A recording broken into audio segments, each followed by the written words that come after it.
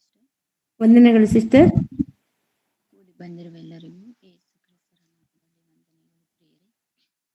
ದೇವರು ಇವತ್ತಿನ ದಿನಮಾನದಲ್ಲಿ ನಮಗೆ ವಾಕ್ಯವನ್ನು ಕೊಟ್ಟಂತ ದೇವರಿಗೂ ಮೊದಲನೇದಾಗಿ ವಂದನೆಗಳನ್ನು ತಿಳಿಸುತ್ತಾ ನಮ್ಮ ಪ್ರಾರ್ಥನೆಯನ್ನು ಎಲ್ಲರೂ ಕಣ್ಣುಗಳನ್ನು ಮುಚ್ಚಿ ನಾವು ಪ್ರಾರ್ಥನೆ ಮಾಡಿ. ನಮ್ಮನ್ನು ಬಹಳವಾಗಿ ಪ್ರೀತಿ ಮಾಡುವಂತಹ ಪ್ರೀತಿಯ ಪರಲೋಕದಲ್ಲಿರುವ ನಮ್ಮ ತಂದೆ, ನಿಮ್ಮ ಶ್ರೇಷ್ಠವಾದ ನಾಮಕ್ಕೆ ವಂದನೆಗಳು, ಸ್ತೋತ್ರಗಳು ತಂದೆ. ಸರ್ವವನ್ನು ಸೃಷ್ಟಿಸಿದಾದರೂ ಸರ್ವ ಜೀವದಾಯಕವಾಗಿರುವಂತಹ ದೇವರು ನೀವಾಗಿ ಈ ಮುಂಜಾನೆ ವೇಳೆಯಲ್ಲಿ ತಂದೆ ನಮ್ಮೆಲ್ಲರನ್ನು ಬರಮಾಡಿ ತಂದೆ ನಿನ್ನ ವಾಕ್ಯ ಕೇಳುವ ಸಮಯಕ್ಕೆ ನಮ್ಮೆಲ್ಲರನ್ನು ಬರಮಾಡಿದೆ ತಂದೆ, ಅದಕ್ಕಾಗಿ ವಂದನೆಗಳು. ಹೇಳುವಂತಹ ನನಗೂ ಪವಿತ್ರಾತ್ಮರ ಸಹಾಯವನ್ನು, ಅದೇ ರೀತಿ ಕೇಳುವಂತ ಮಕ್ಕಳಿಗೂ ಅದನ್ನು ಅಂಗೀಕರಿಸಲು ಬೇಕಾದ ಜ್ಞಾನವನ್ನು, ವಿವೇಕವನ್ನು, ಸಾತ್ವಿಕತೆಯನ್ನು ನೀವು ತಾನೇ ದಯಪಾಲಿಸಬೇಕೆಂಬುದಾಗಿ ಪ್ರಾರ್ಥಿಸ್ತೀನಿ. ಆದಿಂದ ಅಂತ್ಯವರೆಗೂ ಪ್ರತಿಯೊಬ್ಬರು ಸಹ ತಾನೇ ನಿನ್ನ ವಾಕ್ಯ ಕೇಳುವಂತೆ ಪ್ರತಿಯೊಬ್ಬರಿಗೂ ನೀವು ತಾನೇ ಸಹಾಯ ಮಾಡಬೇಕೆಂಬುದಾಗಿ ಪ್ರಾರ್ಥಿಸುತ್ತಾ ಎಲ್ಲವನ್ನು ಒಪ್ಪಿಸಿಕೊಟ್ಟು ಯೇಸು ಕ್ರಿಸ್ತರ ನಾಮದಲ್ಲಿ ಬೇಡ. ಕೂಡಿ ಬಂದಿರುವ ಎಲ್ಲರಿಗೂ ಮತ್ತೊಮ್ಮೆ ಯೇಸು ಕ್ರಿಸ್ತರ ನಾಮದಲ್ಲಿ ನಾವಿವಾಗ ಅಂಶದೊಳಗೆ ಹೋಗೋಣ. ಅಂಶ ಏನೆಂಬುದಾಗಿ ನೋಡಿಕೊಳ್ಳುವಂತಹ ಸಮಯದಲ್ಲಿ ಪ್ರಕೃತಿ ಕಲಿಸುವಂತಹ ಆತ್ಮೀಯ ಪಾಠಗಳು ಎಂಬುದಾಗಿ ನಾವು ಇವತ್ತಿನ ದಿನದಲ್ಲಿ ನೋಡಿಕೊಳ್ಳೋಣ. ಮತ್ತೊಮ್ಮೆ ಹೇಳ್ತೀನಿ, ಮನುಷ್ಯರಿಗೆ ಪ್ರಕೃತಿ ಕಲಿಸುವಂತಹ ಆತ್ಮೀಯ ಪಾಠಗಳು ಎಂಬುದಾಗಿ. ಅಂದ್ರೆ ನಮ್ಮ ಆತ್ಮಕ್ಕೆ ಸಂಬಂಧಪಟ್ಟಿರುವಂತಹ ಪಾಠಗಳನ್ನು ಪ್ರಕೃತಿ ಸಹ ಕಲಿಸುತ್ತಾ ಎಂಬುದಾಗಿ ಇವತ್ತಿನ ದಿನದಲ್ಲಿ ನಾವು ನೋಡಿಕೊಳ್ಳೋಣ ಪ್ರಿಯರೇ. ಯಾಕೆಂಬುದಾಗಿ ನೋಡಿಕೊಳ್ಳುವಂತಹ ಸಮಯದಲ್ಲಿ ಪ್ರತಿಯೊಬ್ಬ ಮಾನವನು ಸಹ ಯಾವುದರ ಮೇಲೆ ಪರಿಶೋಧನೆ ಮಾಡ್ತಾರೆ ಎಂಬುದಾಗಿ ನೋಡಿಕೊಳ್ಳುವಂತಹ ಸಮಯ, ಈ ಇರ್ತವಲ್ಲ ವಸ್ತುಗಳ ಮೇಲೆ, ಅವುಗಳ ಮೇಲೆ ಮನುಷ್ಯನು ಪರಿಶೋಧನೆ ಮಾಡಿ ಅವುಗಳ ಬಗ್ಗೆ ಪ್ರತಿಯೊಬ್ಬ ಮಾನವನು ತಿಳಿದುಕೊಳ್ಳುವಂತಹದ್ದು. ದೊಡ್ಡ ದೊಡ್ಡ ವಿಜ್ಞಾನಿಗಳೆಲ್ಲ ಹೇಳ್ತಾರೆ, ನಾವು ಈ ಭೂಮಿಯಲ್ಲಿರುವಂತಹ ವಸ್ತುಗಳ ಮೇಲೆ ಏನೇನಿದಾವ ಅವುಗಳ ಮೇಲೆ ನಾವು ಪರಿಶೋಧನೆ ಮಾಡಿ ನಾವು ತಿಳಿದುಕೊಳ್ತೇವೆ ಎಂಬುದಾಗಿ ಹೇಳುವಂತಹದ್ದನ್ನು ನಾವು ನೋಡ್ತಾ ಇದ್ದೇವೆ. ಆದ್ರೆ ದೇವರ ವಿಷಯಕ್ಕೆ ಬಂದಾಗ ಅವರ ಮಾತುಗಳೇ ಏನಾಗಿರ್ತವೆ, ಅವರ ಮಾತುಗಳಾಗಿರಬಹುದು, ಜನರ ಮಾತುಗಳು, ನಮ್ಮ ಮಾತುಗಳು, ದೇವರ ವಿಷಯಕ್ಕೆ ಬಂದಾಗ ನಾವು ಪರಿಶೋಧನೆ ಮಾಡಿ ತಿಳ್ಕಂತೀವಿ ಅನ್ನುವಂತಹ ಮಾತೇನಾದ್ರೂ ಮನುಷ್ಯರಲ್ಲಿ ಇರುತ್ತಾ? ಇಲ್ಲ ದೇವರ ವಿಷಯಕ್ಕೆ ಬಂದ ತಕ್ಷಣ ಮಾತುಗಳನ್ನು ನಿಲ್ಲಿಸುವಂತಹದ್ದು, ದೇವರೇ ಇಲ್ಲ ಅನ್ನುವಂತಹ ಒಂದು ನಿರ್ಧಾರಕ್ಕೆ ಬರುವಂತಹದ್ದು ನಾವು ಈ ಲೋಕದಲ್ಲಿ ನೋಡುವಂತಹದ್ದಿರುತ್ತೆ ಪ್ರಿಯರೇ. ಆದರೆ ನಾವು ಆ ರೀತಿಯಾಗಿ ದೇವರ ವಿಷಯಕ್ಕೆ ಬಂದಾಗ ಸುಮ್ಮನಾಗುವಂತಹದ್ದಿದೆಯಾ? ಇಲ್ಲ ನಾವು ಈ ಭೂಮಿಯನ್ನು ಯಾವ ರೀತಿ, ಈ ಪ್ರಕೃತಿಯನ್ನು ಯಾವ ರೀತಿ ಪರಿಶೋಧನೆ ಮಾಡಿ ಇನ್ನೂ ತಿಳ್ಕೊಂತ ಹೋಗ್ತಾ ಇದೀವೋ?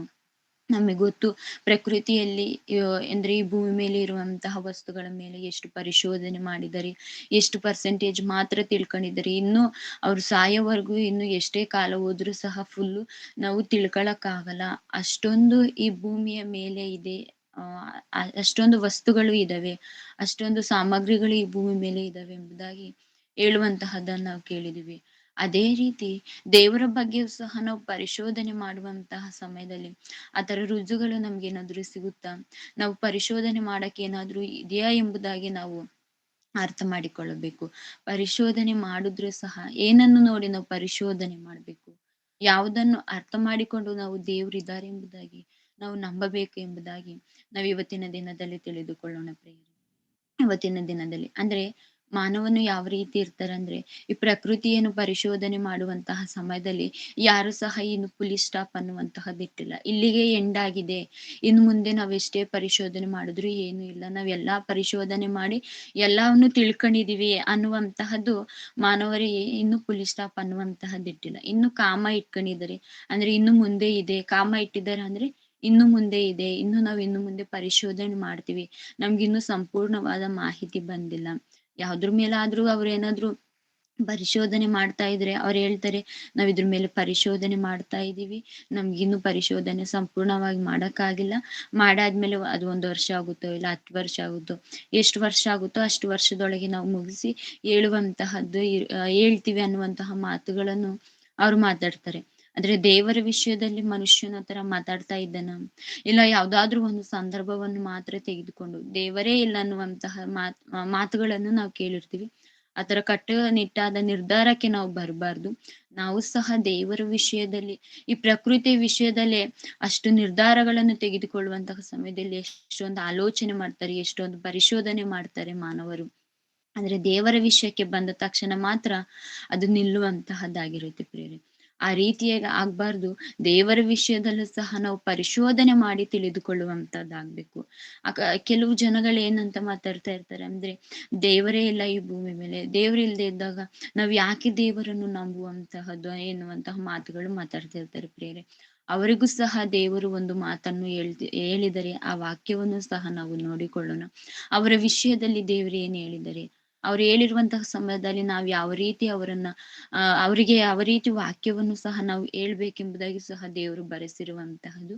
ಆ ವಾಕ್ಯವನ್ನು ಸಹ ನಾವು ನೋಡಿಕೊಳ್ಳೋಣ. ಆ ಕೀರ್ತನೆಗಳ ಗ್ರಂಥ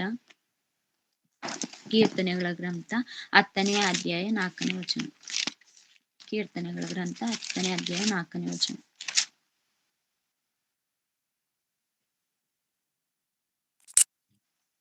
ಯೆಹೋವನು ವಿಚಾರಿಸುವುದಿಲ್ಲ ಎಂದು ದುಷ್ಟನು ಸೊಕ್ಕಿನ ಮುಖದಿಂದ ಹೇಳಿಕೊಂಡು ದೇವರಿಲ್ಲವೆಂಬುದಾಗಿ ಸದಾ ಯೋಚಿಸುತ್ತಾನೆ. ಅವನ ಸಾಕು ಅಕ್ಕ. ಯೆಹೋವನು ವಿಚಾರಿಸುವುದಿಲ್ಲ ಎಂದು ದುಷ್ಟನು ಸೊಕ್ಕಿನ ಮುಖದಿಂದ ಹೇಳಿಕೊಂಡು ದೇವರಿಲ್ಲ ಎಂಬುದಾಗಿ ಸದಾ ಯೋಚಿಸುತ್ತಾನೆ. ಯಾರಿಗೆ ಹೇಳ್ತಾ ಇದ್ದಾರೆ? ಸೊಕ್ಕು ಅನ್ನುವಂತಹದ್ದು. ಯಾರಿಗೆ ಸೊಕ್ಕಿರುವಂತಹದ್ದಾಗಿರುತ್ತೆ? ನನಗೆ ಎಲ್ಲ ಗೊತ್ತು, ನನಗೆ ಜ್ಞಾನವಂತನು ಅನ್ನುವಂತಹದ್ದು ಯಾರಿರುತ್ತೋ ಅವರೆಲ್ಲ ಏನ್ ಮಾಡ್ತಾ ಇದ್ದಾರೆ ಅಂದ್ರೆ ಸೊಕ್ಕಿನಿಂದ ಮಾತಾಡ್ತಾ ಇದ್ದಾರೆ. ಏನಂತ? ದೇವರಿಲ್ಲ ಎಂಬುದಾಗಿ ಸೊಕ್ಕಿನಿಂದ ಅವರು ಸದಾ ಯಾವಾಗ್ಲೂ ಯೋಚನೆ ಮಾಡ್ತಾ ಇರ್ತಾರೆ. ಇವಾಗ ಸೊಕ್ಕು ಅನ್ನುವಂತಹದ್ದನ್ನು ನಾವು ನೋಡಿಕೊಳ್ಳುವಂತಹ ಸಮಯದಲ್ಲಿ ಅನೇಕ ವಿಚಾರಗಳಲ್ಲಿ, ಅನೇಕ ಸಂದರ್ಭಗಳಲ್ಲಿ ಸೊಕ್ಕು ಅನ್ನುವಂತಹದ್ದಿರುವಂತಹದ್ದಾಗಿದೆ. ಆದ್ರೆ ಅವರನ್ನ ಬಿಟ್ಟಾಕಿದ್ರೆ, ಬೇರೆ ವಿಷಯದಲ್ಲಿ ಬಿಟ್ಟಾಕಿದ್ರೆ, ನಾವು ದೇವರ ವಿಷಯಕ್ಕೆ ಬಂದರೂ ಸಹ ಸೊಕ್ಕು ಅನ್ನುವಂತಹದ್ದು ಮಾನವರಲ್ಲಿ ಇರುವಂತಹದ್ದಾಗಿರುತ್ತೆ. ನಮ್ಮಲ್ಲೂ ಸಹ ಕೆಲವರಿಗೆ ಸೊಕ್ಕು ಅನ್ನುವಂತಹದ್ದು ಇರ್ಬೋದು. ಯಾವ ರೀತಿ ಸೊಕ್ಕು ಅನ್ನುವಂತಹದ್ದು ಇರುತ್ತೆ ಅಂದ್ರೆ, ನಾನು ವಾಕ್ಯ ಚೆನ್ನಾಗಿ ಹೇಳ್ತೀನಿ ಆಗ್ಬೋದು. ನಾನು ಹಾಡುಗಳನ್ನು ಚೆನ್ನಾಗ್ ಆಡ್ತೀನಿ ಎಲ್ಲರಿಗಿಂತ, ನಾನೇ ಉತ್ತಮ ಅನ್ನುವಂತಹದ್ದು. ನನ್ನನ್ನು ಯಾರು ಮೀರ್ಸಕ್ಕಾಗಲ್ಲ. ವಾಕ್ಯದಲ್ಲಾಗಿರ್ಬಹುದು, ಹಾಡುಗಳಲ್ಲಾಗಿರ್ಬೋದು, ಇಲ್ಲ ಪ್ರಾರ್ಥನೆಯಲ್ಲಾಗಿರ್ಬೋದು. ನಾನು ಅಷ್ಟು ಚೆನ್ನಾಗಿರ್ತೀನಿ ಅನ್ನುವಂತಹ ಸೊಕ್ಕು ಕೆಲವು ಜನಗಳಿಗಿರ್ಬೋದು. ಆತರ ಸೊಕ್ಕಿನ ಮುಖದಿಂದ ಸಹ ನಾವು ಯಾರು ಇರಬಾರ್ದು. ಆತರ ಸೊಕ್ಕನ್ನು ತೆಗಿಬೇಕು ಎಂಬುದಾಗಿ ದೇವರು ಹೇಳ್ತಾ ಇದ್ದಾರೆ. ಅಂದ್ರೆ ಇವಾಗ ಸೊಕ್ಕು ಇದ್ದವ್ರನ್ನ ನಾವೇನಂತ ಕರಿತೀವಿ ಅಂದ್ರೆ, ಅಂದ್ರೆ ಅದು ಒಳ್ಳೆಯ ಪದ ಅಲ್ಲ. ನಿನಗೆ ಸೊಕ್ಕಿದೆ ಅಂದ ತಕ್ಷಣನೇ ನಾವು ಹೌದಾ ನನಗ್ ಸೊಕ್ಕಿದೆ ಅಂತ ನಾವು ಸಂತೋಷ ಪಡೋದಿಲ್ಲ. ಏನಂದ್ ಮಾತಾಡ್ತೀವಿ? ನನ್ನಿಂದ ಸೊಕ್ಕು ಇದೆ ಅಂತ ನೀನ್ ಮಾತಾಡ್ತೀಯ ಅಂದ್ರೆ ಅದು ಒಳ್ಳೆಯ ಪದ ಅಲ್ಲ ಎಂಬುದಾಗಿ ನಮ್ಗೆ ಪ್ರತಿಯೊಬ್ಬರಿಗೂ ಗೊತ್ತಿದೆ. ಅದೇ ರೀತಿ ಇನ್ನೊಂದು ಪದವನ್ನು ದೇವರಲ್ಲಿ ಬರೆಸಿರುವಂತಹದ್ದು, ಯೆಹೋವನು ವಿಚಾರಿಸುವುದಿಲ್ಲ ಎಂದು ದುಷ್ಟನು ಏನಾಗಿದ್ದೀವಿ ಅಂದ್ರೆ, ದುಷ್ಟರನ್ನು ಯಾರು ಅಂದ್ರೆ ದುಷ್ಟತ್ವದಲ್ಲಿ ಯಾರಿರ್ತಾರೋ ಅವರನ್ನೇ ದುಷ್ಟನು ಎಂಬುದಾಗಿ ಕರೆಯುವಂತಹದ್ದು. ಅದೇ ರೀತಿ ನಾವು ಸಹ ದೇವರಿಲ್ಲ ಎಂಬುದಾಗಿ ಲೋಕದಲ್ಲಿ ಮಾನವರು ದುಷ್ಟರಾಗಿ ಜೀವಿಸ್ತಾ ಇದ್ದಾರೆ. ಅಂತಹ ದುಷ್ಟರನ್ನು ನಾವೇನ್ ಮಾಡ್ಬೇಕು? ಅಂತಹ ದುಷ್ಟರು ಇವಾಗ ದೇವ್ರಿಲ್ಲ ಅಂದ ತಕ್ಷಣನೇ ನಾವ್ ಅವ್ರ ಮೇಲೆ ದ್ವೇಷ ಮಾಡಕ್ಕಾಗುತ್ತಾ? ಅವ್ರ ಮೇಲೆ ನಾವು ದ್ವೇಷ ಮಾಡ್ಬೋದಾ? ಇಲ್ಲ ಅವ್ರನ್ನ ನಾವೇನ್ ಮಾಡ್ಬೇಕು ಎಂಬುದಾಗಿ ದೇವರು ಅವರ ವಿಷಯದಲ್ಲಿ ನಮ್ಗೆ ಹೇಳಿದ್ದಾರೆ ಎಂಬುದಾಗಿ ಸಹ ಆ ವಾಕ್ಯವನ್ನು ಸಹ ನಾವು ನೋಡಿಕೊಳ್ಳೋ, ಅವರ ವಿಷಯದಲ್ಲಿ ನಾವು ಕೋಪ ಮಾಡಿಕೊಳ್ಳಬೇಕಾ, ಇಲ್ಲ ಅವರನ್ನು ದ್ವೇಷ ಮಾಡಿಕೊಳ್ಳಬೇಕಾ, ಇಲ್ಲ ಅವರನ್ನು ಶತ್ರುವ ರೀತಿಯಲ್ಲಿ ನಾವು ಅವ್ರನ್ನ ಏನಾದ್ರು ಟ್ರೀಟ್ ಮಾಡ್ಬೇಕಾ ಎಂಬುದಾಗಿ ನಾವು ವಾಕ್ಯದ ಮೂಲಕ ನಾವು ನೋಡಿಕೊಳ್ಳೋಣ ಪ್ರಿಯರೇ. ಯಾವ ವಿಷಯದಲ್ಲಿ ನಾವು ನೋಡ್ಕೊಂತಿದೀವಿ ಅಂದ್ರೆ, ದೇವ್ರಿಲ್ಲ ಅಂತ ಹೇಳ್ತಾ ಇರ್ತಾರೆ, ದೇವರನ್ನು ನಂಬ್ತಾ ಇರಲ್ವಲ್ಲ, ಅಂತಹವ್ರ ವಿಷಯದಲ್ಲಿ ನಾವು ನೋಡಿಕೊಳ್ತಾ ಇದೀವಿ. ಯೂದನು ಬರೆದ ಪತ್ರಿಕೆ ಅದು 1ನೇ ಅಧ್ಯಾಯ ಇರುವಂತಹದ್ದು. ಯೂದನು ಬರೆದ ಪತ್ರಿಕೆ 1ನೇ ಅಧ್ಯಾಯ 22ನೇ ವಚನವನ್ನು ನಾವು ನೋಡಿಕೊಳ್ಳೋಣ. ಸಂದೇಹ ಪಡುವ ಕೆಲವರಿಗೆ ಕರುಣೆಯನ್ನು ತೋರಿಸಿರಿ, ಅವರನ್ನು ಸಾಕು ಅಕ್ಕ. ಇಲ್ಲಿ ಏನಂತ ಹೇಳ್ತಾ ಇದ್ದಾರೆ ಅಂದ್ರೆ, ಸಂದೇಹ ಪಡುವ ಕೆಲವರಿಗೆ ಕರುಣೆಯನ್ನು ತೋರಿಸಿರಿ. ಸಂದೇಹ ಪಡ್ತಾರಲ್ಲ ಅಂತಹವರ ವಿಷಯದಲ್ಲಿ ಹೇಳ್ತಾ ಇದ್ದಾರೆ. ಯಾರು ಸಂದೇಹ ಪಡ್ತಾರೋ ಅವರ ಮೇಲೆ ನೀವೇನನ್ನು ತೋರಿಸಿರಿ ಎಂಬುದಾಗಿ ಹೇಳ್ತಾ ಇದ್ದಾರೆ ಅಂದ್ರೆ, ಕರುಣೆಯನ್ನು ತೋರಿಸಿರಿ ಎಂಬುದಾಗಿ ಹೇಳ್ತಾ ಇದ್ರೆ, ಅವ್ರ ಮೇಲೆ ಪ್ರೀತಿ ಇರ್ಬೇಕು, ನಮ್ಗೆ ಕರುಣೆ ಅನ್ನುವಂತಹದ್ದು ಇರ್ಬೇಕು. ಯಾಕೆ ಕರುಣೆ ಅನ್ನುವಂತಹದ್ದು ಇರ್ಬೇಕು ಅಂದ್ರೆ, ಅವರು ಸಹ ನಮ್ಮಂತೆ ಯಾರ ಮಕ್ಕಳು? ದೇವರ ಮಕ್ಕಳಾಗಿರ್ತಾರೆ. ಅವರು ಸಹ ನಮ್ಮ ಅಣ್ಣ ತಮ್ಮಂದಿರ ಆಗಿರೋದ್ರಿಂದ ನಾವೇನ್ ಮಾಡ್ಬೇಕಂದ್ರೆ, ನಾವು ಸತ್ಯವನ್ನು ತಿಳ್ಕೊಂಡಿದೀವಿ. ಅವರು ಸತ್ಯವನ್ನು ತಿಳ್ಕೊಂಡಿಲ್ವಲ್ಲ. ಅವರು ಸಹ ಸತ್ಯವನ್ನು ತಿಳ್ಕೊಂಡು, ಅವರು ದೇವರ ಮಾರ್ಗದಲ್ಲಿ ಬರ್ಬೇಕನ್ನುವಂತಹ ಆಲೋಚನೆ ನಮ್ಮಲ್ಲಿ ಏನಾದ್ರು ಇದ್ರೆ, ನಿಜವಾಗ್ಲೂ ನಾವು ದೇವರ ಮಕ್ಕಳಾಗಿ, ನಾವು ದೇವರ ವಾಕ್ಯದ ಪ್ರಕಾರ ಏನಾದ್ರು ನಾವು ಜೀವಿಸ್ತಾ ಇದ್ರೆ, ಅದೇ ರೀತಿಯಾಗಿ ನಾವು ಆಲೋಚನೆ ಮಾಡುವಂತವರಾಗಿರ್ತೀವಿ. ನಾವೇನಾದ್ರೂ ದೇವರ ವಾಕ್ಯವನ್ನು ನಾವು ಆಲೋಚನೆ ಮಾಡ್ದಲೆ, ನಾವ ಮಾತ್ರ ಕ್ರೈಸ್ತರಾಗಿ ನಾವೇನಾದ್ರೂ ಇದ್ರೆ, ದ್ವೇಷ ಅನ್ನುವಂತಹದ್ದು ಹುಟ್ಕೊಂತಾ ಇರುತ್ತೆ. ಆ ಶತ್ರುತ್ವ ಅನ್ನೋದು ಬೆಳೀತಾ ಇರುತ್ತೆ. ಆ ರೀತಿಯಾಗಿರ್ಬಾರ್ದು. ಪ್ರತಿಯೊಬ್ಬರ ಮೇಲೆ ಕರುಣೆ ತೋರಿಸ್ಬೇಕು. ಪ್ರತಿಯೊಬ್ಬರನ್ನು ಪ್ರೀತಿ ಮಾಡ್ಬೇಕು. ಅವರು ದೇವರನ್ನು ವಿರೋಧಿಸುವಂತವರಾದ್ರೂ ಸಹ ನಾವು ಅವರನ್ನು ವಿರೋಧಿಸುವಂತವ್ರು ಆಗ್ಬಾರ್ದು. ಅವ್ರ ಮೇಲೆ ಪ್ರೀತಿಯನ್ನಿಟ್ಟು ಒಂದಲ್ಲ ಒಂದ್ ದಿವಸ ಅವರು ಬದಲಾಗ್ತಾರೆ ಅನ್ನುವಂತಹ ಮನಸ್ಥಿತಿಯಲ್ಲಿ ನಾವಿದ್ದು, ಸಂದರ್ಭ ಬಂದಂತಹ ಸಮಯದಲ್ಲೆಲ್ಲ ನಾವು ಮಾನವರಿಗೆ ಏನ್ ಮಾಡ್ಬೇಕಂದ್ರೆ, ಸುವಾರ್ತೆ ಸಾರುವಂತಹ ಮಾರ್ಗದಲ್ಲಿ ನಾವು ಪ್ರತಿಯೊಬ್ಬರು ಇರ್ಬೇಕು. ಯಾಕೆ ಅಂದ್ರೆ, ಈ ಪ್ರಕೃತಿಯನ್ನು ದೇವರು ಪ್ರತಿಯೊಬ್ಬರಿಗೋಸ್ಕರನು ಸೃಷ್ಟಿ ಮಾಡಿದ್ದಾರೆ. ಒಬ್ಬರಿಗೆ ಮಾತ್ರ ಅಲ್ಲ, ಪ್ರತಿಯೊಬ್ಬರಿಗೂ ಸಹ ದೇವರು ಹೇಳಿದ್ದಾರೆ, ನಾನು ನೀತಿವಂತರ ಮೇಲೆಯೂ ಅನೀತಿವಂತರ ಮೇಲೆಯೂ ನಾನು ಮಳೆಯನ್ನು ಸುರಿಸುವೆನು ಎಂಬುದಾಗಿ. ಅಂದ್ರೆ ಯಾರು ದೇವರನ್ನು ನಂಬಿರ್ತಾರಲ್ಲ, ಅವರೂ ಆಗಿರಬಹುದು, ದೇವರನ್ನು ನಂಬದಲೆ ಅನ್ಯರಾಗಿ ಈ ಲೋಕದಲ್ಲಿ ಜೀವಿಸುವಂತವರಾಗಿರ್ಬೋದು. ಪ್ರತಿಯೊಬ್ಬರ ಮೇಲೆ ಕರುಣೆ ಇಟ್ಟು ದೇವರು ಪ್ರೀತಿ ತೋರಿಸಿ, ಅವ್ರಿಗೂ ಸಹ ಒಂದು ಅವಕಾಶ, ಮುಂದೆ ಒಂದಲ್ಲ ಒಂದ್ ದಿವಸ ನನ್ನ ಬಳಿಗೆ ನನ್ನ ಮಕ್ಕಳು ಬರ್ತಾರೆ ಎಂಬುದಾಗಿ ದೇವರ ಆಲೋಚನೆ ಮಾಡಿ ಪ್ರೀತಿಯಿಂದ ಎಲ್ಲರಿಗೋಸ್ಕರನು ಸಹ ಎಲ್ಲರನ್ನು ಸಹ ಆರೈಕೆ ಮಾಡ್ತಾ ಇದ್ದಾರೆ. ಎಲ್ಲರನ್ನು ಪೋಷಣೆ ಮಾಡ್ತಾ ಇದ್ದಾರೆ. ಅದನ್ನು ನಾವು ಅರ್ಥ ಮಾಡಿಕೊಳ್ಬೇಕು. ಅಂದ್ರೆ ಈ ಪ್ರಕೃತಿಯಿಂದ ನಮಗೆ ಏನೇನೆಲ್ಲ ಸಿಗುತ್ತೆ ಎಂಬುದಾಗಿ ನೋಡಿಕೊಳ್ಳುವಂತಹ ಸಮಯದಲ್ಲಿ, ಈ ಪ್ರಕೃತಿಗೆ ದೇವರು ಯಾವ ಕೆಲಸವನ್ನು ನೇಮಿಸ್ತಾರೋ ಅದು ಚಾಚು ತಪ್ಪದೆ ಯಾವುದು ಮಾಡುತ್ತೆ ಅಂದ್ರೆ, ಈ ಪ್ರಕೃತಿ ಮಾಡುವಂತಹದ್ದು. ನಾವು ಅಷ್ಟೊಂದು ದೇವರಿಗೆ ಭಯ ಪಡ್ತೀವೋ ಇಲ್ವೋ, ಅಂದ್ರೆ ಮಾನವರು ಅಷ್ಟೊಂದು ದೇವರಿಗೆ ಭಯ ಪಡ್ತಾರೋ ಇಲ್ವೋ, ಆದ್ರೆ ಈ ಪ್ರಕೃತಿ ಅನ್ನುವಂತಹದ್ದು ಮಾತ್ರ ಯಾವಾಗಲೂ ದೇವರಿಗೆ ಭಯ ಪಡುವಂತಹದ್ದಾಗಿರುತ್ತೆ. ದೇವ್ರು ಒಂದ್ ಮಾತು ಹೇಳಿದ್ರೆ ಸಾಕು, ದೇವ್ರೇ ನನಗ ಆಗಲ್ಲ, ಅದ್ ಮಾಡಕ್ಕಾಗಲ್ಲ, ಇದ್ ಮಾಡಕ್ಕಾಗಲ್ಲ ಅನ್ನುವಂತಹ ಮಾತು ಯಾವ್ದು ಮಾತಾಡಲ್ಲ, ಪ್ರಕೃತಿ ಮಾತಾಡುವಂತಹದ್ದಾಗಿರಲ್ಲ. ದೇವ್ರು ಯಾವ್ದಾದ್ರು ಒಂದು ನಿಯಮ, ಯಾವ್ದಾದ್ರು ಒಂದು ಆಜ್ಞೆಯನ್ನು ಕೊಟ್ಟ ತಕ್ಷಣನೇ ಅವು ಚಾಚಿದಪ್ಪದೆ ಪಾಲನೆ ಮಾಡ್ತವೆ. ಅಂದ್ರೆ ಪಾಲಿಸುವಂತಹದ್ದು, ನಡೆದುಕೊಳ್ಳುವಂತಹದ್ದು ಈ ಪ್ರಕೃತಿ ಆಗಿರುತ್ತೆ. ಎದುರು ಮಾತಾಡುವುದಿಲ್ಲ. ಆದ್ರೆ ಮಾನವನ ಬುದ್ಧಿ ಅಂದ್ರೆ ಎದುರು ಮಾತಾಡುವಂತಹದ್ದು. ನಾನ್ ತಪ್ಪು ಮಾಡ್ತೀನಿ, ಇವಾಗ ಏನು ಇಲ್ಲ, ನಾನು ಅದ್ ಮಾಡಕ್ಕಾಗಲ್ಲ, ನಾನ್ ಪ್ರಾರ್ಥನೆಗೆ ಬರಕ್ಕಾಗಲ್ಲ. ದೇವರು ಏನಂತ ಹೇಳಿರ್ತಾರೆ, ಯಾವಾಗ್ಲೂ ಪ್ರಾರ್ಥನೆಗೆ ಬರ್ಬೇಕು, ನೀನು ಬರ್ಬೇಕು, ನಿನ್ನ ಕುಟುಂಬ ಆಗಿರ್ಬೋದು, ನಿನ್ನ ನೆರೆಯವರಾಗಿರ್ಬೋದು, ಯಾರ್ಯಾರು ದೇವರಲ್ಲಿ ಇರ್ತಾರೋ ಯಾರು ಸಹ ಎಡವಿ ಹೋಗ್ಬಾರ್ದು. ಪ್ರತಿಯೊಬ್ಬರನ್ನು ಎಚ್ಚರಿಸ್ತಾ ನೀನ್ ಏನ್ ಮಾಡ್ಬೇಕು, ಪ್ರಾರ್ಥನೆಗೆ ಬರಮಾಡ್ಬೇಕು ನೀನು ಸಹ ಅಂತ ಹೇಳಿದ್ರು. ನಾವೇನ್ ಮಾಡಿರ್ತೀವಿ, ಯಾರನ್ನು ಕರೆದುಕೊಂಡು ಹೋಗ್ದಲೆ, ಯಾರಿಗೂ ಸಹ ಅವರು ತಪ್ಪು ಮಾಡ್ತಾ ಇದ್ರು ಅವ್ರನ್ನ ಎಚ್ಚರಿಸ್ದಲೆ ನಾವು ಇರುವಂತರಾಗಿರ್ತೀವಿ. ಅದ್ ರೀತಿಯಾಗಿ ಇರ್ಬಾರ್ದು. ಪ್ರತಿಯೊಬ್ಬರನ್ನು ಎಚ್ಚರಿಸ್ತಾ ನಾವು ಪ್ರಾರ್ಥನೆಯಲ್ಲಿ ಬೆಳೀತಾ ಇರ್ಬೇಕು. ನಾವು ಈ ಪ್ರಕೃತಿಯನ್ನು ನೋಡಿ ಹಲವು ಪಾಠಗಳನ್ನು ಕಲಿತುಕೊಳ್ಳುವಂತಹದ್ದು ಇರುವಂತಹದ್ದಾಗಿರುತ್ತೆ. ಅಂದ್ರೆ ಪ್ರಕೃತಿಯನ್ನು ನೋಡುವಂತಹ ಸಮಯದಲ್ಲಿ, ಪ್ರಕೃತಿ ಅನ್ನುವಂತಹದ್ದು ದೇವರ ನಿಯಮವನ್ನು ಪಾಲನೆ ಮಾಡುತ್ತೆ. ನಾವು ಸಹ ದೇವರ ನಿಯಮವನ್ನು ಪಾಲನೆ ಮಾಡಿ ಈ ಲೋಕದಲ್ಲಿ ನಾವು ಜೀವಿಸುವಂತವರಾಗ್ಬೇಕು ಪ್ರಿಯರೇ. ನಾವು ಇನ್ನೊಂದು ವಾಕ್ಯ ಅಂದ್ರೆ, ಈ ಲೋಕದಲ್ಲಿ ಸಂದೇಹ ಪಡ್ತಾರಲ್ಲ ಅಂಥವ್ರ ಮೇಲೂ ನಾವ್ ಇಲ್ಲಿ ಏನ್ ಮಾಡ್ಬೇಕಂತ ಹೇಳಿದ್ದಾರೆ ಅಂದ್ರೆ, ಸಂದೇಹ ಅವರಿಗೆ ಕರುಣೆಯನ್ನು ತೋರಿಸಿರಿ. ಯಾಕೆ ನಾವು ಕರುಣೆಯನ್ನು ತೋರಿಸ್ಬೇಕು? ಅವ್ರು ದೇವರನ್ನು ದ್ವೇಷ ಮಾಡ್ತಾ ಇದ್ದಾರೆ, ನಮ್ಮನ್ನು ಸಹ ದ್ವೇಷ ಮಾಡ್ತಾ ಇರ್ತಾರೆ. ನೀವು ದೇವರನ್ನ ನಂಬಿದ್ದೀರಾ, ನೀವು ಬೇರೆಯವ್ರಂತ ದ್ವೇಷ ಮಾಡ್ತಾ ಇರ್ತಾರಲ್ಲ, ನಾವ್ಯಾಕೆ ಅವರ ಮೇಲೆ ಕರುಣೆಯನ್ನು ತೋರಿಸ್ಬೇಕು? ನಾವು ಕರುಣೆಯನ್ನು ತೋರ್ಸಲ್ಲ ಅನ್ನುವಂತಹ ವಿಷಯ ಏನಾದ್ರೂ ಇದ್ರೆ, ಅವರಿಗೂ ಸಹ ಒಂದು ವಾಕ್ಯವನ್ನು ದೇವರು ಬರೆಸಿದ್ದಾರೆ. ಆ ವಾಕ್ಯವನ್ನು ಸಹ ನಾವು ನೋಡಿಕೊಳ್ಳೋಣ ಪ್ರಿಯರೇ. ಎಫೆಸದವರಿಗೆ ಬರೆದ ಪತ್ರಿಕೆ 4ನೇ ಅಧ್ಯಾಯ 6ನೇ ವಚನ. ಎಫೆಸದವರಿಗೆ ಬರೆದ ಪತ್ರಿಕೆ 4ನೇ ಅಧ್ಯಾಯ 6ನೇ ವಚನ. ಎಲ್ಲರಿಗೂ ತಂದೆಯಾಗಿರುವ ದೇವರು ಒಬ್ಬನೇ.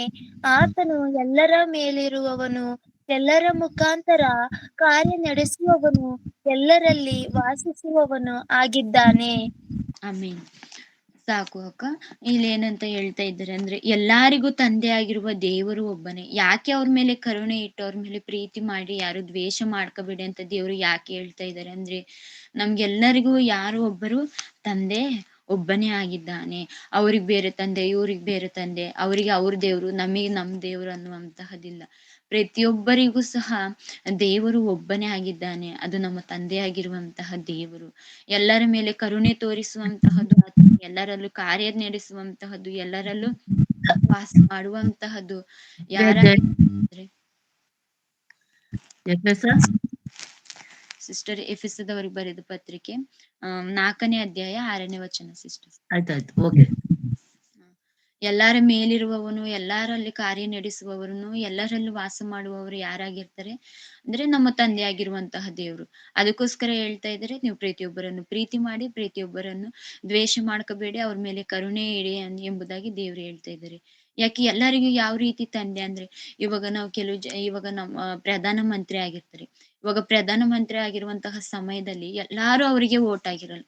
ಅವ್ರಿಗೆ ಇಷ್ಟ ಆಗಿರುವಂತವ್ರು ಪ್ರಧಾನ ಮಂತ್ರಿಯನ್ನು ಯಾರು ಇಷ್ಟಪಡ್ತಾರೋ ಅವರು ಕೆಲವು ಜನ ಏನ್ ಮಾಡಿರ್ತಾರೆ ಅಂದ್ರೆ ಅವರಿಗೆ ಸಂಬಂಧಪಟ್ಟಿರುವ ರೀತಿಯಲ್ಲಿ ಅವ್ರಿಗೆ ಮತ ಹಾಕಿರುವಂತಹದಂದ್ರೆ ವೋಟ್ ಅನ್ನು ಹಾಕಿ ಅವರನ್ನ ಗೆಲ್ಸಿರ್ತಾರೆ.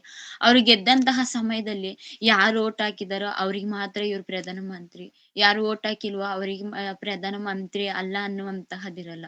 ಯಾರು ವೋಟ್ ಹಾಕಿದ್ರು ವೋಟ್ ಹಾಕ್ದಲೇ ಇದ್ರು ಅವ್ರು ಪ್ರಧಾನ ಮಂತ್ರಿ ಆದಾಗ ನಾವೆಲ್ಲರೂ ಅವ್ರು ಪ್ರಧಾನ ಮಂತ್ರಿ ಅಂತ ನಾವು ಅವ್ರನ್ನ ಒಪ್ಕೊಳ್ಬೇಕು. ಅವರೇ ನಮ್ಗೆಲ್ಲರಿಗೂ ಅವ್ರೊಬ್ರೇ ಪ್ರಧಾನ ಮಂತ್ರಿ ಆಗಿರ್ತಾರೆ. ಆ ರೀತಿಯಾಗಿ ನಮಗೂ ಸಹ ನಮ್ಮ ತಂದೆ ಆಗಿರುವಂತಹ ದೇವರು ನಾವು ಒಪ್ಪಿದ್ರು ನಾವು ಒಪ್ಲಿಲ್ಲ ಅಂದ್ರು ನಮ್ಗೆ ಎಲ್ಲಾರಿಗೂ ಸಹ ನಮ್ಮ ತಂದೆ ಆಗಿರುವಂತಹ ದೇವರು ಒಬ್ಬನೇ, ಅದು ಆತನೇ. ಅವ್ರಿಗೊಂದ್ ದೇವ್ರು ನಮ್ಗೊಂದ್ ದೇವ್ರಲ್ಲ. ಅವ್ರು ಆ ದೇವ್ರು ನಂಬ್ಕೊಂಡಿದ್ದಾರೆ, ಈ ದೇವ್ರು ನಂಬ್ಕೊಂಡಿದ್ದಾರೆ ಅನ್ನೋದಕ್ಕಿಂತ ಎಲ್ಲಾರು ಒಂದು ದೇವರಲ್ಲಿ ಒಂದೇ ದೇವರಲ್ಲಿ ಇರುವಂತಹದ್ದು. ಆದ್ರೆ ಅವರಿಗೆ ಸತ್ಯ ತಿಳಿದಿಲ್ಲ, ಆದ್ರೆ ನಮಗ್ ಸತ್ಯ ಗೊತ್ತಿದೆ. ನಾವಾದ್ರೂ ಅವರಿಗೆ ಸತ್ಯವನ್ನು ತಿಳಿಸೋಣ. ಹೌದಾ? ಸತ್ಯ ತಿಳಿಸೋದ ಯಾವ ರೀತಿ ನಾವು ಅವರಿಗೆ ಸತ್ಯವನ್ನು ತಿಳಿಸೋದು? ನಾವು ಹೋಗಿ ಹೇಳಿದ್ರೆ ಅವ್ರು ನಂಬೋದಿಲ್ವಲ್ಲ. ನಮ್ಮ ಸಾಕ್ಷಿಗಳನ್ನು ಹೋಗಿ ಹೇಳಿದ್ರು ಸಹ ಅವ್ರು ನಂಬೋದಿಲ್ವಲ್ಲ. ನಾವು ಸೋಷಿಯಲ್ ಮೀಡಿಯಾದಲ್ಲಿ ಆಗಿರ್ಬೋದು ಎಲ್ಲ ನೋಡ್ತಾ ಇರ್ತೀವಿ. ಯಾವ ರೀತಿ ನನ್ಗೆ ದೇವ್ರು ಅದು ಅದ್ಭುತ ಮಾಡುದ್ರು, ಇದು ಅದ್ಭುತ ಮಾಡುದ್ರು ಎಂಬುದಾಗಿ ಸಾಕ್ಷಿಗಳನ್ನು ಹೇಳ್ತಾ ಇರ್ತಾರೆ. ಅಂತಹ ಸಾಕ್ಷಿಗಳನ್ನು ಕೆಲವು ಜನ ಅವರೇ ಅನ್ಯ ಜನಗಳೇ ನೋಡಿ ಟ್ರೋಲ್ ಮಾಡುವಂತಹದ್ದನ್ನು ನಾವು ಆಡ್ಕೊಳ್ತಾ ಇರ್ತಾರೆ, ನಗಾಡ್ತಾ ಇರ್ತಾರೆ. ನಮಗೂ ಸಹ ನಮ್ಮ ಸ್ನೇಹಿತರೆಲ್ಲ ಇರ್ತಾರಲ್ಲ, ಅವ್ರು ನಮ್ಗೆ ಕಳಿಸ್ತಾ ಇರ್ತಾರೆ, ನೋಡು ನಿಮ್ಮ ಕ್ರೈಸ್ತರಲ್ವಾ ಈ ತರ ಎಲ್ಲ ಇದಾರ ಅಂತ ಅವ್ರು ಹೇಳ್ಕೊಂಡು ನಗಾಡುವಂತಹದ್ದು. ಅಂದ್ರೆ ಕ್ರೈಸ್ತರೇ ಅವರನ್ನು ಹಾಡಿಕೊಳ್ಳುವಂತಹ ರೀತಿಯಲ್ಲಿ ಇರುವಂತಹದ್ದು. ಆದ್ರೆ ನಾವು ಆ ರೀತಿಯಾಗಿ ಇರಬಾರ್ದು. ಅವರು ಒಂದು ಮಾತು ಸಹ ದೇವರ ಬಗ್ಗೆ ಮಾತಾಡುವುದಕ್ಕೆ ಅವಕಾಶವನ್ನು ನಾವು ಮಾಡಿಕೊಡ್ಬಾರ್ದು. ಆತರ ಮಾಡಿಕೊಟ್ರೆ ನಮ್ದೇ ತಪ್ಪಾಗುವಂತಹದ್ದಾಗಿರುತ್ತೆ. ಆದ್ರೆ ನಾವು ಯಾವ ರೀತಿ ಹಂಗಾದ್ರೆ ನಾವು ಅವರಿಗೆ ತಿಳಿಸುವಂತಹದ್ದು, ಅವ್ರಿಗೆ ತಂದೆಯಾಗಿರುವಂತಹ ದೇವರು ಒಬ್ಬನೇ ಅಂತ ಅವರಿಗೆ ಯಾವ ರೀತಿ ಪ್ರಕಟಣೆ ಮಾಡೋದು ಅನ್ನುವಂತಹ ಸಂದೇಹ ನಮ್ಗೆಲ್ಲರಲ್ಲಿ ಇರ್ಬೋದು. ಯಾವ ರೀತಿ ಎಂಬುದಾಗಿ ಸಹ ದೇವರು ವಾಕ್ಯದ ಮೂಲಕ ಬರ್ಸಿದ್ದಾರೆ. ಆ ವಾಕ್ಯವನ್ನು ಸಹ ನಾವು ನೋಡಿಕೊಳ್ಳೋಣ ಪ್ರಿಯರೇ. ರೋಮಪುರದವರಿಗೆ ಬರೆದ ಪತ್ರಿಕೆ, ರೋಮಪುರದವರಿಗೆ 1ನೇ ಅಧ್ಯಾಯ, ರೋಮಪುರದವರಿಗೆ ಬರೆದ ಪತ್ರಿಕೆ 1ನೇ ಅಧ್ಯಾಯ 21ನೇ ವಚನ. ಯಾಕೆಂದರೆ ವಿಷಯವಾಗಿ ಅವನಿಗೆ ತಿಳುವಳಿಕೆ ಇದ್ದರೂ ಅವನು ಆತನನ್ನು ದೇವರೆಂದು ಘನಪಡಿಸಲಿಲ್ಲ, ಆತನ ಉಪಕಾರಗಳನ್ನು ನೆನೆಸಿ ಆತನನ್ನು ಸ್ತುತಿಸಲಿಲ್ಲ. ಅವರು ವಿಚಾರ ಮಾಡಿ ಮಾಡಿ ಫಲ ಕಾಣಲಿಲ್ಲ. ವಿವೇಕವಿಲ್ಲದ ಅವರ ಮನಸ್ಸು ಕತ್ತಲಾಯಿತು, ತಾವು ಜ್ಞಾನಿಗಳೆಂದು ಹೇಳಿಕೊಂಡು ಹುಚ್ಚರಾದರು. ಸಾಕು ಅಕ್ಕ. ಇಲ್ಲಿ ಏನಂತ ಹೇಳ್ತಾ ಇದ್ದಾರೆ ಎಂಬುದಾಗಿ ನೋಡಿಕೊಳ್ಳುವಂತಹ ಸಮಯದಲ್ಲಿ, ಯಾಕೆಂದರೆ ದೇವರ ವಿಷಯವಾಗಿ ಅವರಿಗೆ ತಿಳುವಳಿಕೆ ಇದ್ದರೂ ಅವರು ಆತನನ್ನು ದೇವರೆಂದು ಘನಪಡಿಸಲಿಲ್ಲ. ತಿಳುವಳಿಕೆ ಇದ್ರೂ ಸಹ ಏನ್ ಮಾಡ್ಲಿಲ್ಲ, ದೇವರು ಎಂದು ಘನಪಡಿಸಲಿಲ್ಲ ಅಂತ ಹೇಳ್ತಾ ಇದ್ದಾರೆ. ಮತ್ತೆ ಏನ್ ಹೇಳ್ತಾ ಇದ್ದಾರೆ ಅಂದ್ರೆ, ಆತನ ಉಪಕಾರಗಳನ್ನು ನೆನೆಸಿ ಆತನನ್ನು ಸ್ತುತಿಸಲಿಲ್ಲ. ಅವರು ವಿಚಾರ ಮಾಡಿ ಮಾಡಿ ಫಲ ಕಾಣಲಿಲ್ಲ. ವಿವೇಕವಿಲ್ಲದ ಅವರ ಮನಸ್ಸು ಕತ್ತಲಾಯಿತು. ಏನಾಗಿದೆ? ಕತ್ತಲಾಗಿರುವಂತಹದ್ದು ಮನಸ್ಸುಗಳೆಲ್ಲ. ಯೇಸು ಕ್ರಿಸ್ತರು ಹೇಳಿದರೆ, ನನ್ನ ಬಳಿಗೆ ಬಂದು ನೀವೆಲ್ಲರೂ ಬೆಳಕಾಗಿರ್ರಿ ಎಂಬುದಾಗಿ ಹೇಳ್ತಾ ಇದ್ದಾರೆ. ಆದ್ರೆ ಈ ಲೋಕದಲ್ಲಿ ಬೆಳಕಿಗಿಂತ ಕೆಲವು ಜನ, ಹಲವಾರು ಜನ ಕತ್ತಲಲ್ಲೇ ಬದುಕುವಂತವರಾಗಿದ್ದಾರೆ. ಯಾಕೆ ಎಂಬುದಾಗಿ ನೋಡಿಕೊಳ್ಳುವಂತಹ ಸಮಯದಲ್ಲಿ ಅವರಿಗೆ ದೇವರ ಮೇಲೆ ಆದ್ರೆ ದೇವರಲ್ಲಿ ನಾನು ದೇವರಲ್ಲಿ ಹೆಚ್ಚಬೇಕನ್ನುವಂತಹ ಆಸಕ್ತಿ ಅವರಲ್ಲಿ ಇಲ್ಲ. ನಾನು ದೇವರಲ್ಲೇ ಜೀವಿಸ್ಬೇಕನ್ನುವಂತಹ ಮನಸ್ಸು ಇಲ್ಲ. ಅದಕ್ಕೋಸ್ಕರ ಅವ್ರೇನಾಗಿದ್ದಾರೆ, ವಿಫಲ ಆಗಿದ್ದಾರೆ. ದೇವರಲ್ಲಿ ಫಲ ಕೊಡಕ್ಕಾಗ್ತಾ ಇಲ್ಲ. ಆದ್ರೆ ದೇವರ ಬಗ್ಗೆ ನಾವು ಇನ್ನೊಬ್ಬರಿಗೆ ಅಂದ್ರೆ ಆಧಾರವಾಗಿ ತೋರಿಸುವಂತಹದ್ದು ನಾವು ಏನಾಗಿದೆ, ಸಾಕ್ಷಿ ಏನಿದೆ ಈ ಭೂಮಿ ಮೇಲೆ ಎಂಬುದಾಗಿ ಸಹ ದೇವರು ಬರ್ಸಿದ್ದಾರೆ. ಅದೇ ಆ ರೋಮಪುರದವ್ರಿಗೆ ಬರೆದ ಪತ್ರಿಕೆ 1ನೇ ಅಧ್ಯಾಯ 20ನೇ ವಚನದಲ್ಲಿ ನಾವು ಏನನ್ನು ತೋರಿಸಿ ನಾವು ದೇವರವಾಗಿ ಸ್ಪಷ್ಟವಾಗಿ ಹೇಳ್ಬೋದು ಎಂಬುದಾಗಿ ಇಲ್ಲಿ ಹೇಳಿದ್ದಾರೆ. ರೋಮಪುರ 1:20. ಹೇಗೆಂದರೆ ಕಣ್ಣಿಗೆ ಕಾಣದಿರುವ ಆತನ ಗುಣಲಕ್ಷಣಗಳು, ಅಂದರೆ ಆತನ ನಿತ್ಯ ಶಕ್ತಿಯು, ದೇವತ್ವವು ಜಗದುತ್ಪತ್ತಿ ಮೊದಲುಗೊಂಡು ಆತನು ಮಾಡಿದ ಸೃಷ್ಟಿಗಳ ಮೂಲಕ ಬುದ್ಧಿಗೆ ಗೊತ್ತಾಗಿ ಕಾಣಬರುತ್ತವೆ. ಹೀಗಿರುವುದರಿಂದ ಸಾಕು ಅಕ್ಕ. ಹೇಗೆಂದರೆ ಕಣ್ಣಿಗೆ ಕಾಣದಿರುವ ಆತನ ಗುಣಲಕ್ಷಣಗಳು, ಅಂದರೆ ಆತನ ನಿತ್ಯ ಶಕ್ತಿಯು, ದೇವತ್ವವು ಜಗದುತ್ಪತ್ತಿಗೆ ಮೊದಲುಗೊಂಡು, ಅಂದ್ರೆ ನಮ್ಮ ಕಣ್ಣಿಗೆ ಕಾಣದಿರುವಂತ ಏನೇನಿದೆ ಎಂಬುದಾಗಿ ನೋಡಿಕೊಳ್ಳುವಾಗ ನಿತ್ಯ ಶಕ್ತಿಯು ಇದೆ ಅಂತೆ, ದೇವತ್ವವು ಇರುವಂತಹದ್ದಾಗಿದೆ. ಇದರ ಬಗ್ಗೆ ನಾವೇನಾದ್ರೂ ಪರಿಶೋಧನೆ ಮಾಡಿ ನಾವು ತಿಳಿದುಕೊಳ್ತೀವಿ ಅಂದ್ರೆ, ದೇವತ್ವ ಆಗಿರ್ಬೋದು, ನಿತ್ಯ ಶಕ್ತಿ, ಆತನ ಶಕ್ತಿಯನ್ನು ನಾವು ಗ್ರಹಿಸೋದಕ್ಕೆ ಆಗೋದಿಲ್ಲ ಪ್ರಿಯರೇ. ಆತನ ಶಕ್ತಿಯ ಬಗ್ಗೆ, ಆತನ ಜ್ಞಾನ ಆಗಿರ್ಬೋದು, ವಿವೇಕ ಆಗಿರಬಹುದು, ಅವೆಲ್ಲವನ್ನು ನಾವು ಎಷ್ಟೇ ಪರಿಶೋಧನೆ ಮಾಡ್ತಾ ಹೋಗ್ತಾ ಇದ್ರು ಇನ್ನು ನಾವು ತಿಳ್ಕೊಂಡು ಹೋಗ್ತಾನೆ ಇರ್ತೀವಿ ಹೊರ್ತು ಅದಕ್ಕೆ ಎಂಡ್ ಅನ್ನುವಂತಹ, ಮುಕ್ತಾಯ ಅನ್ನುವಂತಹದ್ದು ಅದಕ್ಕೆ ಇರೋದಿಲ್ಲ. ಇನ್ನು ನಾವು ತಿಳ್ಕೊಂಡು ಹೋಗ್ತಾ ಇದ್ರೆ ಇನ್ನು ತಿಳ್ಕೊಂತಾನೆ ಇರ್ತೀವಿ ಹೊರ್ತು ಏನೇ ಇರಲ್ಲ, ಅಂತ್ಯ ಅನ್ನುವಂತಹದ್ದು ಇರಲ್ಲ, ಮುಕ್ತಾಯ ಅನ್ನುವಂತಹದ್ದು ಇರಲ್ಲ. ಅದೇ ರೀತಿಯಾಗಿ ಆತನು ಮಾಡಿದ ಸೃಷ್ಟಿಗಳ ಮೂಲಕ ಬುದ್ಧಿಗೆ ಗೊತ್ತಾಗಿ ಕಾಣಬರುತ್ತದೆ. ಏನು ಆತನು ಮಾಡಿರುವಂತಹ ಸೃಷ್ಟಿ ಅನ್ನುವಂತಹದ್ದನ್ನು ನೋಡಿ, ಇವಾಗ ನಾವು ಸೃಷ್ಟಿ ಅಂದ್ರೆ ನಮ್ಮ ಸಂದೇಶದ ಹೆಸರು ಪ್ರಕೃತಿ ಮೂಲಕ ನಮ್ಮ ಆತ್ಮಿಗೆ ಸಂಬಂಧಪಟ್ಟ ಪಾಠಗಳು ಎಂಬುದಾಗಿ ನಾವು ನೋಡ್ಕೊಂತಾ ಇದೀವಲ್ಲ. ನಮ್ಮ ಅಂದ್ರೆ ಸೃಷ್ಟಿಯ ಮೂಲಕ ಈ ಸೃಷ್ಟಿಯನ್ನು ಅಂದ್ರೆ ಸೃಷ್ಟಿ ನೋಡಿದ ತಕ್ಷಣನೇ ನಮ್ಗೆ ಗೊತ್ತಾಗುವಂತಹದ್ದಾಗಿರುತ್ತೆ. ಏನು ದೇವರು ಇದ್ದಾನೆ, ಯಾರೋ ಅಂದ್ರೆ ಮನುಷ್ಯನು ಕಲ್ಪನೆ ಮಾಡ್ಕೊಂಡ್ರೆ ಇದೆಲ್ಲ ಹುಟ್ಟಿರುವಂತಹದ್ದಲ್ಲ. ಅದೇ ಮನುಷ್ಯನ ಮೂಲಕ ಇದೆಲ್ಲ ಬಂದಿರುವಂತಹದ್ದಲ್ಲ. ಇದರ ಹಿಂದೆ ಕಾಣದ ಒಂದು ಶಕ್ತಿ ಇದೆ ಎಂಬುದಾಗಿ ಪ್ರತಿಯೊಬ್ಬರಿಗೂ ಗೊತ್ತಾಗುವಂತಹದ್ದಾಗಿರುತ್ತೆ ಆಗಿರುತ್ತೆ ಪ್ರಿಯರೇ. ಅದೇ ನೋಡಿಕೊಳ್ಳುವಂತಹ ಸಮಯದಲ್ಲಿ ಯಾರು ಸಹ ಆತನ ಉಪಕಾರಗಳನ್ನು ನೆನೆಸುವುದಿಲ್ಲ ಎಂಬುದಾಗಿ ನಾವು ಎಲ್ಲವನ್ನು ಪರಿಶೋಧನೆ ಮಾಡ್ತೀವಿ. ಕೆಲವನ್ನು ಮಾತ್ರ ಅದ್ರ ಬಗ್ಗೆ ಸಂಪೂರ್ಣವಾದ ಮಾಹಿತಿನ ನಾವು ಪಡ್ಕೊಳ್ಳೋದಕ್ಕಾಗಲ್ಲ. ಉದಾಹರಣೆಗೆ ಈಗ ನಕ್ಷತ್ರಗಳಿರುವಂತಹದ್ದಾಗಿರುತ್ತೆ. ನಕ್ಷತ್ರಗಳ ಮೇಲೆ ಪರಿಶೋಧನೆ ಮಾಡಿದ್ರು ಸಹ ನಾವ್ ಎಷ್ಟೇ ನಕ್ಷತ್ರಗಳನ್ನು ಲೆಕ್ಕ ಹಾಕ್ತಿವಂದ್ರು ಸಹ ಲೆಕ್ಕ ಹಾಕುವುದಕ್ಕಾಗಲ್ಲ. ಅದೆಷ್ಟೇ ವಿಜ್ಞಾನಿಗಳು ಹೋದ್ರು ಸಹ ಏನ್ ಮಾಡಕ್ಕಾಗಲ್ಲ, ನಕ್ಷತ್ರಗಳನ್ನು ಲೆಕ್ಕಿಸುವುದಕ್ಕಾಗಲ್ಲ. ಅದು ನಮ್ಗೆ ಎಷ್ಟೇ ಆದ್ರೆ ದೇವರಿಗೆ ಲೆಕ್ಕಿಸುವುದಕ್ಕಾಗುತ್ತೆ. ದೇವರು ಲೆಕ್ಕ ಮಾಡಿ ಅವುಗಳಿಗೆ ಹೆಸರನ್ನು ಸಹ ಇಟ್ಟಿದ್ದಾರೆ ಎಂಬುದಾಗಿ ನಾವು ವಾಕ್ಯವನ್ನು ನೋಡ್ಕೊಂಡಿದ್ವಿ. ಹಲವಾರು ಬಾರಿ ನಾವು ಓದ್ಕೊಂಡಿದ್ವಿ. ಪ್ರತಿಯೊಂದನ್ನು ಲೆಕ್ಕಿಸಿ ಅವುಗಳಿಗೆ ಹೆಸರನ್ನು ಇಟ್ಟಿದ್ದಾನೆ ಎಂಬುದಾಗಿ. ಅಂದ್ರೆ ದೇವರಿಗೆ ಗೊತ್ತು, ಅವುಗಳ ಹೆಸರು ಗೊತ್ತು, ಅವುಗಳ ಎಷ್ಟು ಒಟ್ಟು ಸಂಖ್ಯೆಯೂ ಸಹ ಗೊತ್ತಿರುವಂತಹದ್ದಾಗಿದೆ. ಮಾನವನಿಗೆ ಏನಾದ್ರೂ ಗೊತ್ತಾಗುದಿಲ್ಲ. ಮಾನವನ ಎಷ್ಟೇ ಪರಿಶೋಧನೆ ಮಾಡಿದ್ರು ಸಹ ಅವುಗಳನ್ನು ತಿಳಿದುಕೊಳ್ಳುವುದಕ್ಕಾಗಲ್ಲ. ಅದ್ರ ಮೇಲೆ ಹೆಚ್ಚು ನಾವು ಮನಸ್ಸು ಮಾಡೋದಕ್ಕಿಂತ ಹೆಚ್ಚು ನಾವು ಯಾವ್ದ್ರ ಮೇಲೆ, ವಾಕ್ಯದ ಮೇಲೆ ನಾವು ಮನಸ್ಸು ಮಾಡ್ಬೇಕು. ಅಂದ್ರೆ 2 ವಿಷಯಗಳಿರ್ತವೆ. ನಾವ್ ಎಷ್ಟೇ ಪರಿಶೋಧನೆ ಮಾಡಿದ್ರು ಸಹ ನಮ್ಗೆ ಫುಲ್ ಸಂಪೂರ್ಣವಾದ ಮಾಹಿತಿ ಬರದೇ ಇರುವಂತಹ ವಿಷಯಗಳು ಇರ್ತವೆ. ನಾವು ಪರಿಶೋಧನೆ ಮಾಡಿದಾಗ ಅದ್ರ ಬಗ್ಗೆ ಪರ್ಫೆಕ್ಟ್ ಆಗಿ ಸಂಪೂರ್ಣವಾದ ಮಾಹಿತಿಯನ್ನು ನಾವು ಗ್ರಹಿಸ್ಬೋದು, ತಿಳ್ಕೊಬೋದು. ಅಂತಹ ವಿಷಯಗಳು ಸಹ ಇರ್ತವೆ. ನಾವು ದೇವರ ವಿಷಯಕ್ಕೆ ಬಂದಾಗ ನಾವು ಇನ್ನೂ ತಿಳ್ಕೊಂತಾನೆ ಹೋಗ್ತಾ ಇರ್ತೀವಿ. ನಾವು ದೇವರ ವಿಷಯದಲ್ಲಿ ಸಂಪೂರ್ಣವಾದ ನಂಬಿಕೆಯಿಂದ ನಾವು ದೇವರನ್ನು ಹುಡುಕುವವರು ಆಗಿರ್ಬೇಕು. ಅವಾಗ ಪ್ರತಿಯೊಬ್ಬರಿಗೂ ದೇವರು ಸಿಗುವಂತವ್ರು ಆಗಿರ್ತಾರೆ. ಇವಾಗ ನಾವು ಪ್ರಕೃತಿಯ ಬಗ್ಗೆ ನಾವು ಇವಾಗ ನೋಡಿಕೊಂಡು ಅದರಿಂದ ನಮ್ಗೆ ಏನು ನಾವು ಕಲಿಬೇಕು ಎಂಬುದಾಗಿ ಇವಾಗಿನಿಂದ ನಾವು ನೋಡಿಕೊಂಡು ಹೋಗೋಣ ಪ್ರಿಯರೇ. ಫಸ್ಟ್ ಪ್ರಕೃತಿ ಏನಾದ್ರೂ ಕಾರ್ಯ ಮಾಡ್ತಾ ಇದ್ಯಾ ಈ ಪ್ರಕೃತಿಯಲ್ಲಿ ಎಂಬುದಾಗಿ ಒಂದು ವಾಕ್ಯ ನಮ್ಗೆ ಪ್ರತಿಯೊಬ್ಬರಿಗೂ ಗೊತ್ತಿರುವಂತಹ ವಾಕ್ಯವನ್ನು ನೋಡಿಕೊಂಡು ನಾವು ಮುಂದೆ ಸಾಗೋಣ ಪ್ರಿಯರೇ. ಕೀರ್ತನೆಗಳ ಗ್ರಂಥ 19ನೇ ಅಧ್ಯಾಯ 1ನೇ ವಚನ. ಕೀರ್ತನೆಗಳ ಗ್ರಂಥ 19ನೇ ಅಧ್ಯಾಯ 1ನೇ ವಚನ. ಆಕಾಶವು ದೇವರ ಪ್ರಭಾವವನ್ನು ಪ್ರಚುರಪಡಿಸುತ್ತದೆ, ಗಗನವು ಆತನ ಕೈಕೆಲಸವಿದೆ. ಸಾಕು ಅಕ್ಕ, ಥ್ಯಾಂಕ್ ಯು. ಇಲ್ಲಿ ಏನಂತ ಹೇಳ್ತಾ ಇದ್ದಾರೆ ಅಂದ್ರೆ, ಆಕಾಶವು ದೇವರ ಪ್ರಭಾವವನ್ನು ಪ್ರಚುರಪಡಿಸುತ್ತದೆ. ಆಕಾಶವು ದೇವರ ಪ್ರಭಾವವನ್ನು ಪ್ರಚುರಪಡಿಸುತ್ತದೆ. ಆಕಾಶವೇನಾದ್ರು ಶಬ್ದವಿದ್ಯಾ ಆಕಾಶ ಏನಾದ್ರು ಇವಾಗ ನಾವು ಒಬ್ಬ ಮನುಷ್ಯರಾಗಿದ್ದಾಗ ಏನಾದ್ರೂ ಅಂದ್ರೆ ಪ್ರಚುರ ಪಡಿಸ್ತಾ ಇದೀವಿ, ಏನಾದ್ರೂ ಇನ್ನೊಬ್ಬರಿಗೆ ತಿಳಿಸ್ತಾ ಇದೀವಿ ಅಂದ್ರೆ ಏನ್ ಮಾಡ್ತೀವಿ? ನಾವ್ ಮಾತಾಡ್ತೀವಿ. ಈ ರೀತಿಯಾಗಿ ಇರ್ಬೇಕು, ಈ ರೀತಿಯಾಗಿ ಮಾಡ್ಬೇಕು, ಈ ರೀತಿಯಾಗಿ ಪ್ರಚಾರ ಮಾಡ್ಬೇಕು ಅನ್ನುವಂತಹದ್ದು ನಾವು ಮಾತಿನ ಮೂಲಕ ನಾವು ತೋರಿಸುವಂತಹದ್ದು ನಮ್ಮ ಮನುಷ್ಯರ ಸ್ವಭಾವ ಆಗಿರುವಂತಹದ್ದಾಗಿರುತ್ತೆ. ಆದ್ರೆ ಆಕಾಶ ಹೇಗೆ ದೇವರಿದ್ದಾನೆ ಎಂಬುದಾಗಿ ತಿಳಿಸುವಂತಹದ್ದಾಗಿರುತ್ತೆ. ಆಕಾಶವನ್ನು ನೋಡಿದ್ರೆ ನಮ್ಗೆ ನಿಜವಾಗ್ಲೂ ದೇವರಿದ್ದಾರೆ ಅದೇನಾದ್ರೂ ಬಾಯಿ ಬಿಟ್ಟು ಹೇಳುತ್ತಾ? ಅದಕ್ಕೇನಾದ್ರೂ ಮಾತಿದ್ದು ನಮ್ಗೇನಾದ್ರೂ ತಿಳಿಸ್ತಾ ಇದೆಯಾ? ಇಲ್ಲ ಅಲ್ವಾ? ಒಂದು ಉದಾಹರಣೆಗೆ ಅದು ಯಾವ ರೀತಿ ಪ್ರಚಾರ ಪಡಿಸ್ತಾ ಇದೆ ಎಂಬುದಾಗಿ ಒಂದು ಉದಾಹರಣೆಯಾಗಿ ನೋಡಿಕೊಳ್ಳೋದಾದ್ರೆ ಇವಾಗ ನಾವು ಬೈಕಲ್ಲಾಗಿರ್ಬೋದು, ಕಾರಲ್ಲಾಗಿರ್ಬೋದು ಅಂದ್ರೆ ರೋಡಲ್ಲಿ ಹೋಗ್ತಾ ಇರ್ತೀವಿ ಈಗ.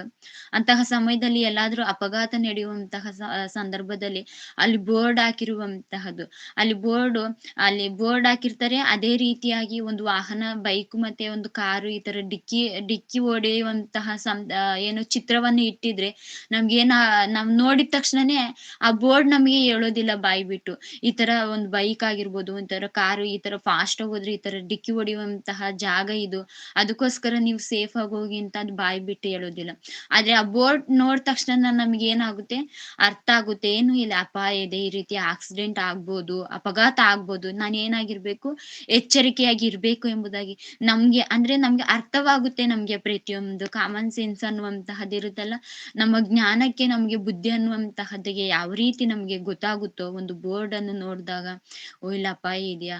ಅಂದ್ರೆ ಈ ಸಿಂಬಲ್ ಇಟ್ಟಿದ್ದಾರೆ ಅಂದ್ರೆ ಈ ಸಿಂಬಲ್‌ಗೆ ಈ ರೀತಿಯಾಗಿ ಅರ್ಥ ಎಂಬುದಾಗಿ ಯಾವ ರೀತಿ ನಾವು ಅರ್ಥ ಮಾಡಿಕೊಳ್ತೀವೋ, ಅದೇ ರೀತಿಯಾಗಿ ನಾವು ಆಕಾಶವನ್ನು ನೋಡಿದ ತಕ್ಷಣನೇ ನಾವು ಸಹ ಇದರ ಹಿಂದೆ ಏನೋ ಒಂದು ಶಕ್ತಿ ಇದೆ ಎಂಬುದಾಗಿ, ಇದು ಯಾವ ರೀತಿ ಇರ್ಬೋದು, ಯಾವ ರೀತಿ ಇದರ ಶಕ್ತಿ ಇರ್ಬೋದು ಎಂಬುದಾಗಿ ನಾವು ಸಹ ಅರ್ಥ ಮಾಡಿಕೊಳ್ಳುವಂತಹದ್ದಾಗ್ಬೇಕು.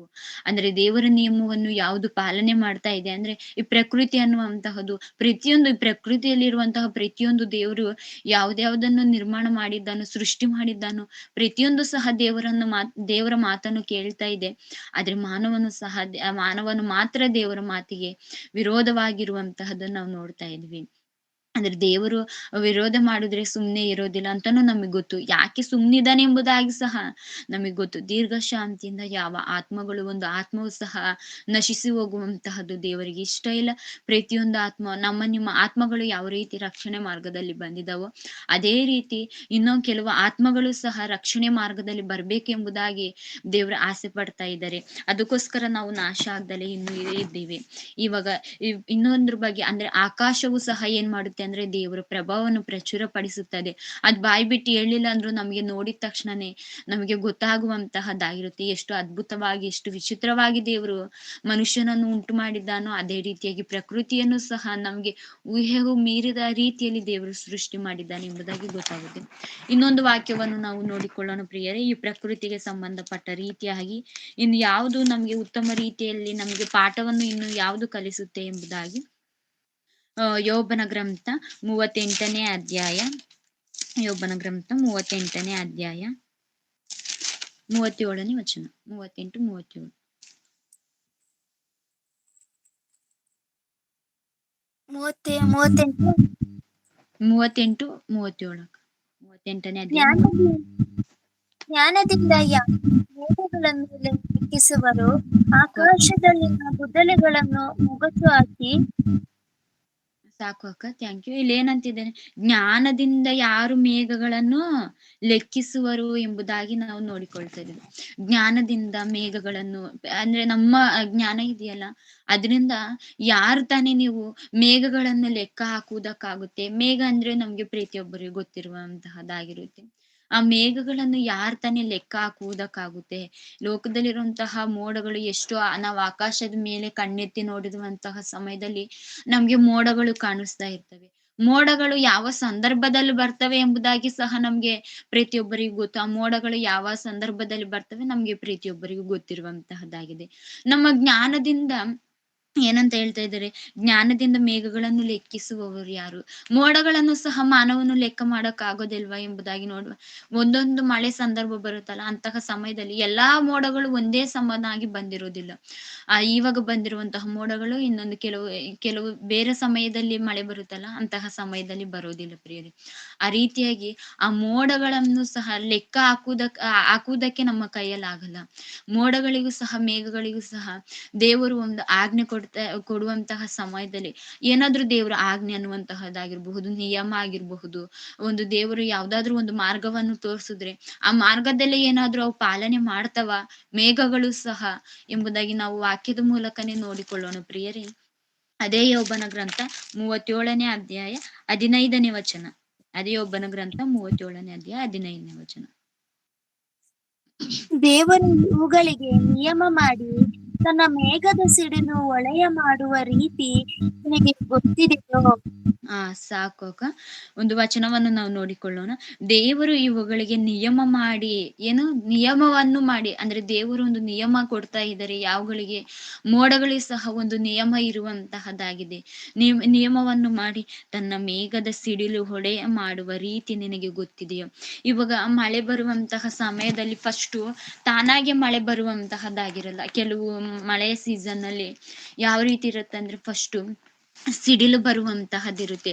ಫಸ್ಟ್ ಸಿಡಿಲು ಬರುತ್ತೆ, ನಂತರ ಏನ್ ಬರುತ್ತೆ, ಮಳೆ ಬರುವಂತಹದ್ದು. ಈ ಸಿಡಿಲು ಮಿಂಚು ಅನ್ನುವಂತಹದ್ದು, ಇವಾಗ ಸಿಡಿಲು ಮಿಂಚು ಅನ್ನುವಂತಹದ್ದು ಅಂದ್ರೆ ಒಂದು ಶಬ್ದ ಬರುತ್ತೆ. ಶಬ್ದ ಬಂದ ತಕ್ಷಣನೇ ಒಂದು ಬೆಳಕಿನ ರೂಪವಾಗಿ, ಇವಾಗ ರಾತ್ರಿ ಹೊತ್ತಾಗಿರುತ್ತೆ ಅನ್ಕೊಳ್ಳಿ, ರಾತ್ರಿ ಹೊತ್ತು ಆಗಿರುವಂತಹ ಸಮಯದಲ್ಲಿ ಏನಾದ್ರೂ ಮಳೆ ಸೂಚನೆ ಬರ್ತಾ ಇದೆ ಅಂದ್ರೆ ನಮ್ಗೆ ಏನನ್ನು ನೋಡಿ ನಮ್ಗೆ ಗೊತ್ತಾಗುತ್ತೆ ಅಂದ್ರೆ, ಸಿಡಿಲು ಮಿಂಚು ಬರ್ತಾ ಇದ್ರೆ ನಮಗೆ ಗೊತ್ತಾಗ್ಬಿಡುತ್ತೆ, ಓ ಮಳೆ ಬರುತ್ತೆ ಇವತ್ತು, ನಾವು ಸ್ವಲ್ಪ ಜಾಗ್ರತೆ ಆಗಿರ್ಬೇಕು. ಇಲ್ಲ ಬಟ್ಟೆ ಏನಾದ್ರು ಹೊರಗಡೆ ಇದ್ರೆ ಸಿಡಿಲು ಗುಡುಗು ಸಿಡಿಲು ಬಂದ ತಕ್ಷಣ ಏನ್ ಮಾಡ್ತೀವಿ, ಹೋಗಿ ಬಟ್ಟೆ ಎಲ್ಲ ಮಳೆ ಬರುತ್ತೆ ಸಂದರ್ಭ ನಮಗೆ ಗೊತ್ತಾಗುತ್ತೆ. ಗುಡುಗು ಮಿಂಚು ಬರುವುದರ ಮೂಲಕ ಮಳೆ ಬರ್ಬೋದೇನೋ ಅನ್ನುವಂತಹ ಆಲೋಚನೆ ನಮ್ಗೆ ಪ್ರತಿಯೊಬ್ಬರಿಗೆ ಬರುವಂತಹದ್ದಾಗಿರುತ್ತೆ. ಅದು ಯಾವ ರೀತಿ ಬರ್ಬೋದು ನೀವೇ ಆಲೋಚನೆ ಮಾಡಿ ಪ್ರಿಯರೇ. ಅದು ಯಾವ ರೀತಿ, ಅಲ್ಲಿ ಏನಿರ್ಬೋದು ಆ ರೀತಿ ಶಬ್ದ ಬರೋದಕ್ಕೆ, ಆ ತರ ಬೆಳಕು ಸಹ ಬರುವಂತಹದ್ದಾಗಿರುತ್ತೆ. ಯಾವ ರೀತಿ ಈ ಭೂಮಿ ಅಂದ್ರೆ ಈ ಭೂಮಿಯ ಮೇಲೆ ಸೂರ್ಯನು ಮರೆ ಆದ್ರೆ ಕತ್ತಲ್ ಫುಲ್ ಆಗುವಂತಹದ್ದಾಗಿರುತ್ತೆ. ಬೆಳಕು ಇರ್ಬೇಕಂದ್ರೆ ಸೂರ್ಯ ಅನ್ನುವಂತಹದ್ದು ಬೇಕೇ ಬೇಕಾಗುತ್ತೆ ಪ್ರಿಯರೇ.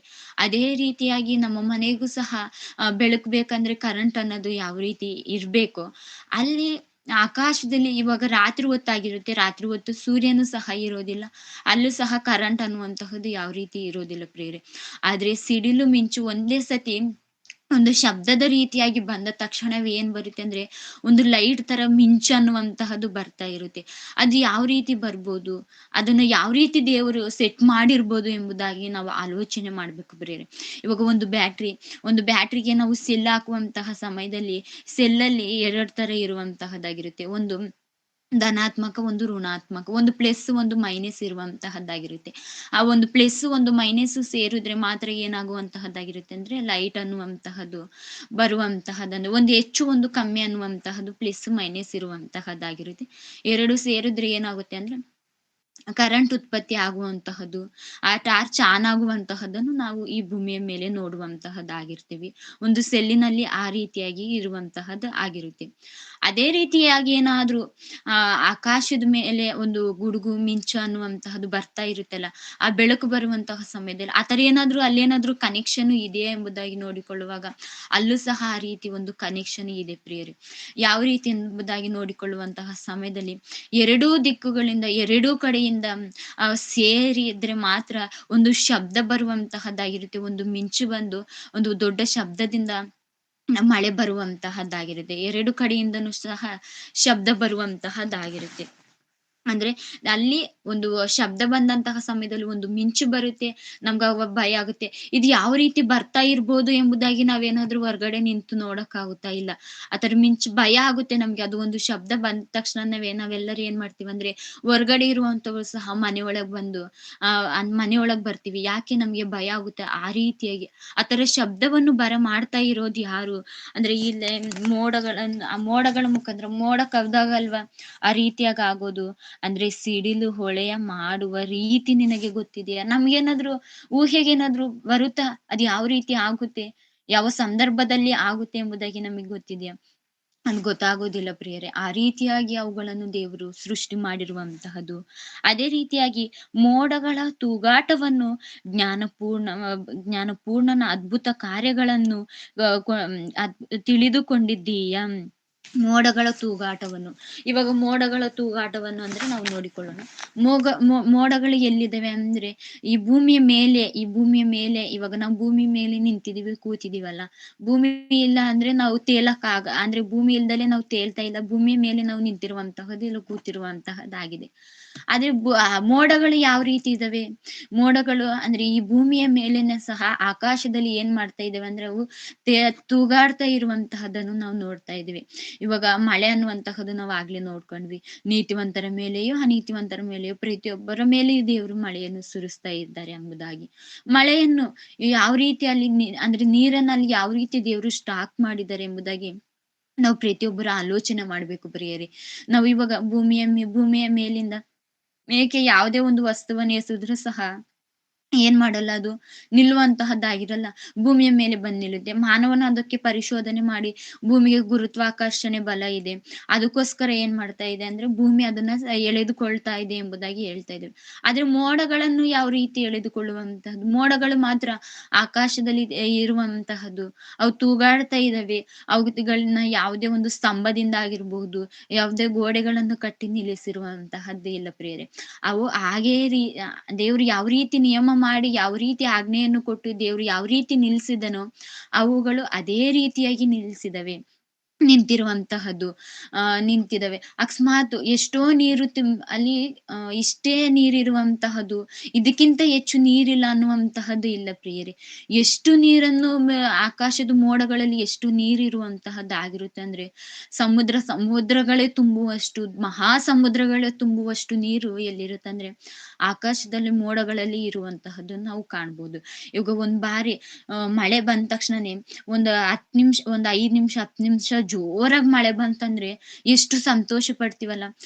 ಇಷ್ಟು ಜೋರಾಗಿ ಮಳೆ ಬಂತಲ್ಲ, ಇಷ್ಟು ನೀರು ತುಂಬ್ತಲ್ಲ ಅನ್ನುವಂತಹ ಸಂತೋಷ ನಮ್ಗಿರುವಂತಹದ್ದಾಗಿರುತ್ತೆ. ಅಲ್ಲೇ 1 ಗಂಟೆ, 2 ಗಂಟೆ ಈ ರೀತಿಯಾಗಿ ಮಳೆ ಬರ್ತಾ ಇದ್ರೆ, ಜೋರಾಗಿ ಮಳೆ ಬರ್ತಾ ಇದ್ದಷ್ಟು ಆಗ್ತಾ ಇರುತ್ತೆ ಅಂದ್ರೆ ನೀರು ತುಂಬ್ತಾ ಇರುತ್ತೆ ಈ ಭೂಮಿಯ ಮೇಲೆ. ಸಮುದ್ರಗಳು ಎಲ್ಲೆಲ್ಲಿ, ಕೆರೆ ಕಟ್ಟೆಗಳು ಎಲ್ಲೆಲ್ಲಿ ಒಣಗೋಗಿರ್ತಾವೋ ಎಲ್ಲವೂ ಸಹ ನೀರು ತುಂಬುವಂತಹದ್ದಾಗಿರುತ್ತೆ. ಅಷ್ಟು ನೀರನ್ನು ಅಲ್ಲಿ ಸ್ಟೋರ್ ಮಾಡಿ ಇಟ್ಟಿರುವಂತಹದ್ದು, ಅಷ್ಟು ನೀರನ್ನು ಸ್ಟಾಕ್ ಮಾಡಿ ಮೋಡಗಳು ಇಟ್ಟಿರುವಂತಹದನ್ನ ನಾವು ನೋಡ್ತಾ ಇದೀವಿ. ಆ ನೀರು ಅವುಗಳಿಗೆ ಎಲ್ಲಿಂದ ಸಿಗುತ್ತೆ ಎಂಬುದಾಗಿ ನೋಡಿಕೊಳ್ಳುವಂತಹ ಸಮಯದಲ್ಲಿ ಪ್ರತಿಯೊಬ್ಬರಿಗೂ ಗೊತ್ತು, ಈ ಭೂಮಿಯಲ್ಲಿರುವಂತಹ ಕೆರೆಗಳಲ್ಲಾಗಿರ್ಬೋದು, ಸಮುದ್ರಗಳಲ್ಲಾಗಿರ್ಬೋದು, ನೀರು ಸೂರ್ಯನ ಶಾಖದಿಂದ ಏನಾಗ್ತವೆ, ಆವಿಯಾಗ್ತವೆ. ಆವಿಯಾಗಿ ಏನಾಗ್ತವೆ, ಮೋಡಗಳು ಇಲ್ಲಿ ಇರ್ತವೆ. ಆ ಮೋಡಗಳಿಂದ ಏನ್ ಮಾಡ್ತವೆ, ಆ ಮಳೆಯ ರೀತಿಯಾಗಿ ನಮ್ಗೆಲ್ಲರಿಗೂ ಬರುವಂತಹದ್ದು ಎಂಬುದಾಗಿ ಗೊತ್ತು. ಅಲ್ಲಿ ಇಡುವಂತಹ ಸಮಯದಲ್ಲಿ ಅಷ್ಟೊಂದು ನೀರಿರ್ತವಲ್ಲ, ಅವುಗಳಿಗೇನಾದ್ರು ಭಾರ ಆಗುತ್ತಾ? ನೀವೇ ಆಲೋಚನೆ ಮಾಡಿ ಪ್ರಿಯರೇ. ಅಷ್ಟೊಂದು ನೀರನ್ನ ಅವರು ಸ್ಟಾಕ್ ಮಾಡಿ ಇಟ್ಟಿದ್ದಾವೆ ಮೋಡಗಳೇನ್ ಅಂತ ನಾವು ನೋಡಿಕೊಳ್ಳೋದಾದ್ರೆ ಅವುಗಳಿಗೆ ಭಾರ ಆಗ್ತಾ ಇದೆಯಾ? ಹೋಗ್ಲಿ, ಯಾವುದ್ರಲ್ಲಿ ಅವು ಸ್ಟಾಕ್ ಮಾಡಿ ಇಟ್ಟಿರ್ಬೋದು, ಯಾವ ರೀತಿಯಾಗಿರ್ಬೋದು. ಇವಾಗ ನಾವು ನೀರನ್ನು ಮೇಲೆ ಎಸ್ದಾಗ ಆ ನೀರ್ ಇರ್ತಾವ? ಇಲ್ಲ. ಮತ್ತೆ ಏನಾಗ್ತವೆ, ಭೂಮಿಯ ಮೇಲೆ ಬೀಳುವಂತಹದ್ದು. ಆದ್ರೆ ಆವಿಯಾಗಿ ಹೋಗಿರುವಂತಹ ನೀರು ಅಲ್ಲಿ ಹೋಗಿ ನಿಂತು ಯಾವಾಗ ದೇವ್ರು ಅವುಗಳೇ ಆಜ್ಞೆಯನ್ನು ಕೊಟ್ಟು, ನೀವು ಇಂಥ ಪ್ರದೇಶಕ್ಕೆ ಹೋಗಿ, ಈ ಊರ್ನಲ್ಲೇ ಕೆಲವು ಊರುಗಳಲ್ಲಿ ಇರುತ್ತೆ ಅಂದ್ರೆ ನಾವು ಕೆಲವು ಸಂದರ್ಭಗಳು ನೋಡ್ತಾ ಇರ್ಬೋದು. ಅಲ್ಲೇ ಮಳೆ ಬರ್ತಾ ಇರುತ್ತೆ, ನಮ್ಮೂರಲ್ಲಿ ಮಳೆ ಬರ್ತಾ ಇರುತ್ತೆ, ನಮ್ಮ ಪಕ್ಕದೂರಲ್ಲಿ ಮಳೆನೇ ಬರ್ತಾ ಇರಲ್ಲ. ಆ ರೀತಿಯಾಗಿ ದೇವ್ರು ಇಂಥ ಸಂದರ್ಭದಲ್ಲಿ, ನೀನು ಇಂಥ ಸಮಯದಲ್ಲಿ ಇಂಥ ಊರಿನಲ್ಲಿ ನೀನು ಮಳೆಯನ್ನು ಸುರಿಸ್ಬೇಕು, ಇಂಥ ಊರಿಗೆ ಹೋಗಿ ನೀನು ಏನ್ ಮಾಡ್ಬೇಕು, ಮಳೆಯನ್ನು ಸುರಿಸ್ಬೇಕು. ಈ ಪಟ್ಟಣದಲ್ಲಿ ಇಲ್ಲ, ಈ ದೇಶದಲ್ಲಿ ನೀನು ಮಳೆಯನ್ನು ಸುರಿಸ್ಬೇಕು. ಇಷ್ಟೇ ಮಳೆ ಅಂತ ಯಾವ ದೇವ್ರ ಆಜ್ಞೆ ಕೊಟ್ಟಿರುವಂತಹ ಸಮಯದಲ್ಲಿ ಅವು ಮಳೆಯನ್ನು ಸುರಿಸುವಂತಹದ್ದನ್ನು ನಾವು ನೋಡ್ತಾ ಇದೀವಿ. ಅವು ಏನಾದ್ರೂ ಮಳೆ ಸುರಿಸ್ಲಿಲ್ಲ ಅಂದ್ರೆ ನಾವು ಈ ಭೂಮಿ ಮೇಲೆ ಜೀವಂತವಾಗಿರೋದಿಲ್ಲ ಪ್ರಿಯರೇ. ಅವುಗಳು ಮಳೆ ಬರ್ಲಿಲ್ಲ ಅಂದ್ರೆ, ಮಳೆ ಏನಾದ್ರೂ ಬರ್ಲಿಲ್ಲ ಅಂದ್ರೆ ಏನಾಗ್ ಹೋಗ್ತಿವಂದ್ರೆ ಬರಗಾಲ ಅನ್ನುವಂತಹದ್ದು ಬರುತ್ತೆ. ಎಲ್ಲಿ ಬರಗಾಲ, ಎಲ್ಲಿ ಮರುಭೂಮಿ ಇರುತ್ತೋ, ಎಲ್ಲಿ ನೀರು ಸಿಗುವಂತಹ ಸೌಲಭ್ಯ ಎಲ್ಲಿ ಕಮ್ಮಿ ಇರುತ್ತೋ ಅಲ್ಲೆಲ್ಲ ಜನರು ಸಾಯುವಂತಹದ್ದನ್ನು ನಾವು ನೋಡ್ಬೋದು ಪ್ರಿಯರೇ. ಅಂದ್ರೆ ನಾವಿಲ್ಲಿ ನೋಡ್ಕೊಳ್ತಾ ಇದೀವಿ ಏನಂತ ಅಂದ್ರೆ, ಮೋಡಗಳು ಸಹ ದೇವರ ಮಾತನ್ನು ಕೇಳ್ತಾ ಇದ್ದೇವೆ. ಚಲಿಸ್ತಾ ಇದ್ದಾವೆ ಮೋಡಗಳು ಸಹ. ಅವುಗಳಿಗೆ ಏನಾದ್ರು, ಇವಾಗ ಮೋಡ ಅಂದ ತಕ್ಷಣನೇ ಯಾವ ರೀತಿ ನಾವೆಲ್ಲ ಬೈಕು, ಕಾರು ಎಲ್ಲ ನಡ್ಕೊಂಡು ಅಂದ್ರೆ ಈ ಭೂಮಿಯ ಮೇಲೆ ಚಲಿಸುವಂತಹದನ್ನ ನೋಡ್ತಾ ಇದ್ವಿ. ಇವಾಗ ಎಲ್ಲರೂ ಟೆಕ್ನಾಲಜಿಯಿಂದ ಏನ್ ಕಂಡುಹಿಡಿದಿದ್ದಾರೆ ಅಂದ್ರೆ ಫ್ಲೈಟ್ ಕಂಡುಹಿಡಿದಿರುವಂತಹದ್ದು. ನಮ್ಗೆಲ್ಲ ಚಿಕ್ಕ ವಯಸ್ಸಲ್ಲಿದ್ದಾಗ ಯಾವ ರೀತಿ ಆಲೋಚನೆ ಬರೋದಂದ್ರೆ ಅದಕ್ಕೆ ಏನು ಇಲ್ಲ, ಚಕ್ರ ಇಲ್ಲ, ಏನಿಲ್ಲ. ಅದು ಯಾವ ರೀತಿ ಮೇಲ್ ಹೋಗ್ತಾ ಇರ್ಬೋದು? ಅದಕ್ಕೆ ದಾರಿನೇ ಇಲ್ವಲ್ಲ? ಅದು ಯಾವ ರೀತಿ ಹೋಗ್ತಾ ಇರ್ಬೋದು? ಅವ್ರು ಬೇರೆ ದೊಡ್ಡವರು ಎಷ್ಟೇ ಹೇಳಿದ್ರು ಸಹ ನಮ್ಗೆ ಅರ್ಥ ಆಗ್ತಾ ಇರ್ಲಿಲ್ಲ. ಅದೇ ರೀತಿಯಾಗಿ ಇವಾಗ ಮೋಡಗಳು ಸಹ ಚಲಿಸ್ತಾ ಇದಾವೆ. ಅದು ಯಾವ ರೀತಿ ಚಲಿಸ್ತಾ ಇರ್ಬೋದು ಅಂತ ನಮ್ಮ ಊಹೆಗೆ ನಮ್ಗೆ ಅದು ಅರ್ಥವಾಗದ ರೀತಿ ಅವುಗಳಿಗೂ ಸಹ ದಾರಿ ಇರುವಂತಹದ್ದು ಆಗಿದೆ. ಆದ್ರೆ ನಮ್ಗೆ ತಿಳಿಯದ ರೀತಿಯಾಗಿ ದೇವರು ಅವುಗಳನ್ನು ನಿಲ್ಲಿಸಿರುವಂತಹದ್ದನ್ನು ನಾವು ನೋಡ್ತಾ ಇದೀವಿ. ದೇವರು ಯಾವಾಗ ಆಜ್ಞೆಯನ್ನು ಕೊಡ್ತಾರೋ ಆವಾಗ ಅವು ಹೋಗಿ ಏನ್ ಮಾಡ್ಬೇಕಂದ್ರೆ ಮಳೆಯನ್ನು ಸುರಿಸ್ಬೇಕು. ಯಾವ ಜಾಗಕ್ಕೆ ಹೋಗಂತ ದೇವ್ರು ಹೇಳ್ತಾರೋ ಅಂತ ಜಾಗಕ್ಕೆ ಹೋಗ್ಬೇಕು. ಯಾವ ರೀತಿ ಎರಡು ಕಡೆಯಿಂದ ಒಂದು ಶಬ್ದವು ಶಬ್ದ ಬರುವಂತಹದ್ದಾಗಿರುತ್ತೆ. ಎರಡು ಕಡೆ ಒಂದು ಒಟ್ಟಾಗಿ ಒಂದು ಶಬ್ದದ ಮೂಲಕ ಬಂತು ಅಂದ್ರೆ ಆವಾಗ ಮಳೆ ಬರುತ್ತೆ ಎಂಬುದಾಗಿ ನಮ್ಗೆ ಒಂದು ಸೂಚನೆ ಆಗುವಂತಹದ್ದಾಗಿರುತ್ತೆ. ಅದನ್ನು ನಾವು ಅರ್ಥ ಮಾಡಿಕೊಂಡು ನಾವು ಜೀವಿಸುವಂತವರಾಗ್ಬೇಕು. ಒಂದು ಸಿಡಿಲಿನಿಂದ ನಾವು ಯಾವ ರೀತಿ ಅರ್ಥ ಮಾಡ್ಕೊಂಡಿದ್ವಿ, ಅಕಸ್ಮಾತ್ ನಮ್ಗೆ ಆ ಮೋಡಗಳೇನಾದ್ರೂ ಮಳೆ ಸುರಿಸ್ಲಿಲ್ಲ ಅಂದ್ರೆ ಅಂದ್ರೆ ನಾವು ಜೀವಂತವಾಗಿ ಈ ಭೂಮಿ ಮೇಲೆ ಉಳಿಯೋದಿಲ್ಲ. ಆ ರೀತಿಯಾಗಿ ಆಗ್ಬಾರ್ದು ಎಂಬುದಾಗಿ, ಬರಗಾಲ ಆಗ್ಬಾರ್ದು ಎಂಬುದಾಗಿ ಯಾವ್ಯಾವ ಸಮಯದಲ್ಲಿ ಯಾವ್ಯಾವ ಪಟ್ಟಣಕ್ಕೆ ಯಾವ್ಯಾವ ರೀತಿಯಾಗಿ ಮಳೆ ಸುರಿಸ್ಬೇಕಂತ ದೇವ್ರು ಅಂದ್ಕೊಂಡಿರ್ತಾನೋ ಆ ರೀತಿಯಾಗಿ ದೇವ್ರು ಸುರಿಸುವಂತಹದ್ದು. ಅಂದ್ರೆ ಮೋಡಗಳನ್ನು ಎಲ್ಲವನ್ನು ದೇವರೇ ಕರೀತಾನೆ, ದೇವರೇ ಬರಮಾಡುವಂತಹದ್ದನ್ನು ನಾವು ನೋಡ್ಬೋದು. ಇನ್ನೊಂದು ವಾಕ್ಯವನ್ನು ಸಹ ನಾವು ನೋಡಿಕೊಳ್ಳೋಣ. ಯೋಬನ ಗ್ರಂಥ 38 ಯೋಬನ ಗ್ರಂಥ 38ನೇ ಅಧ್ಯಾಯ 27.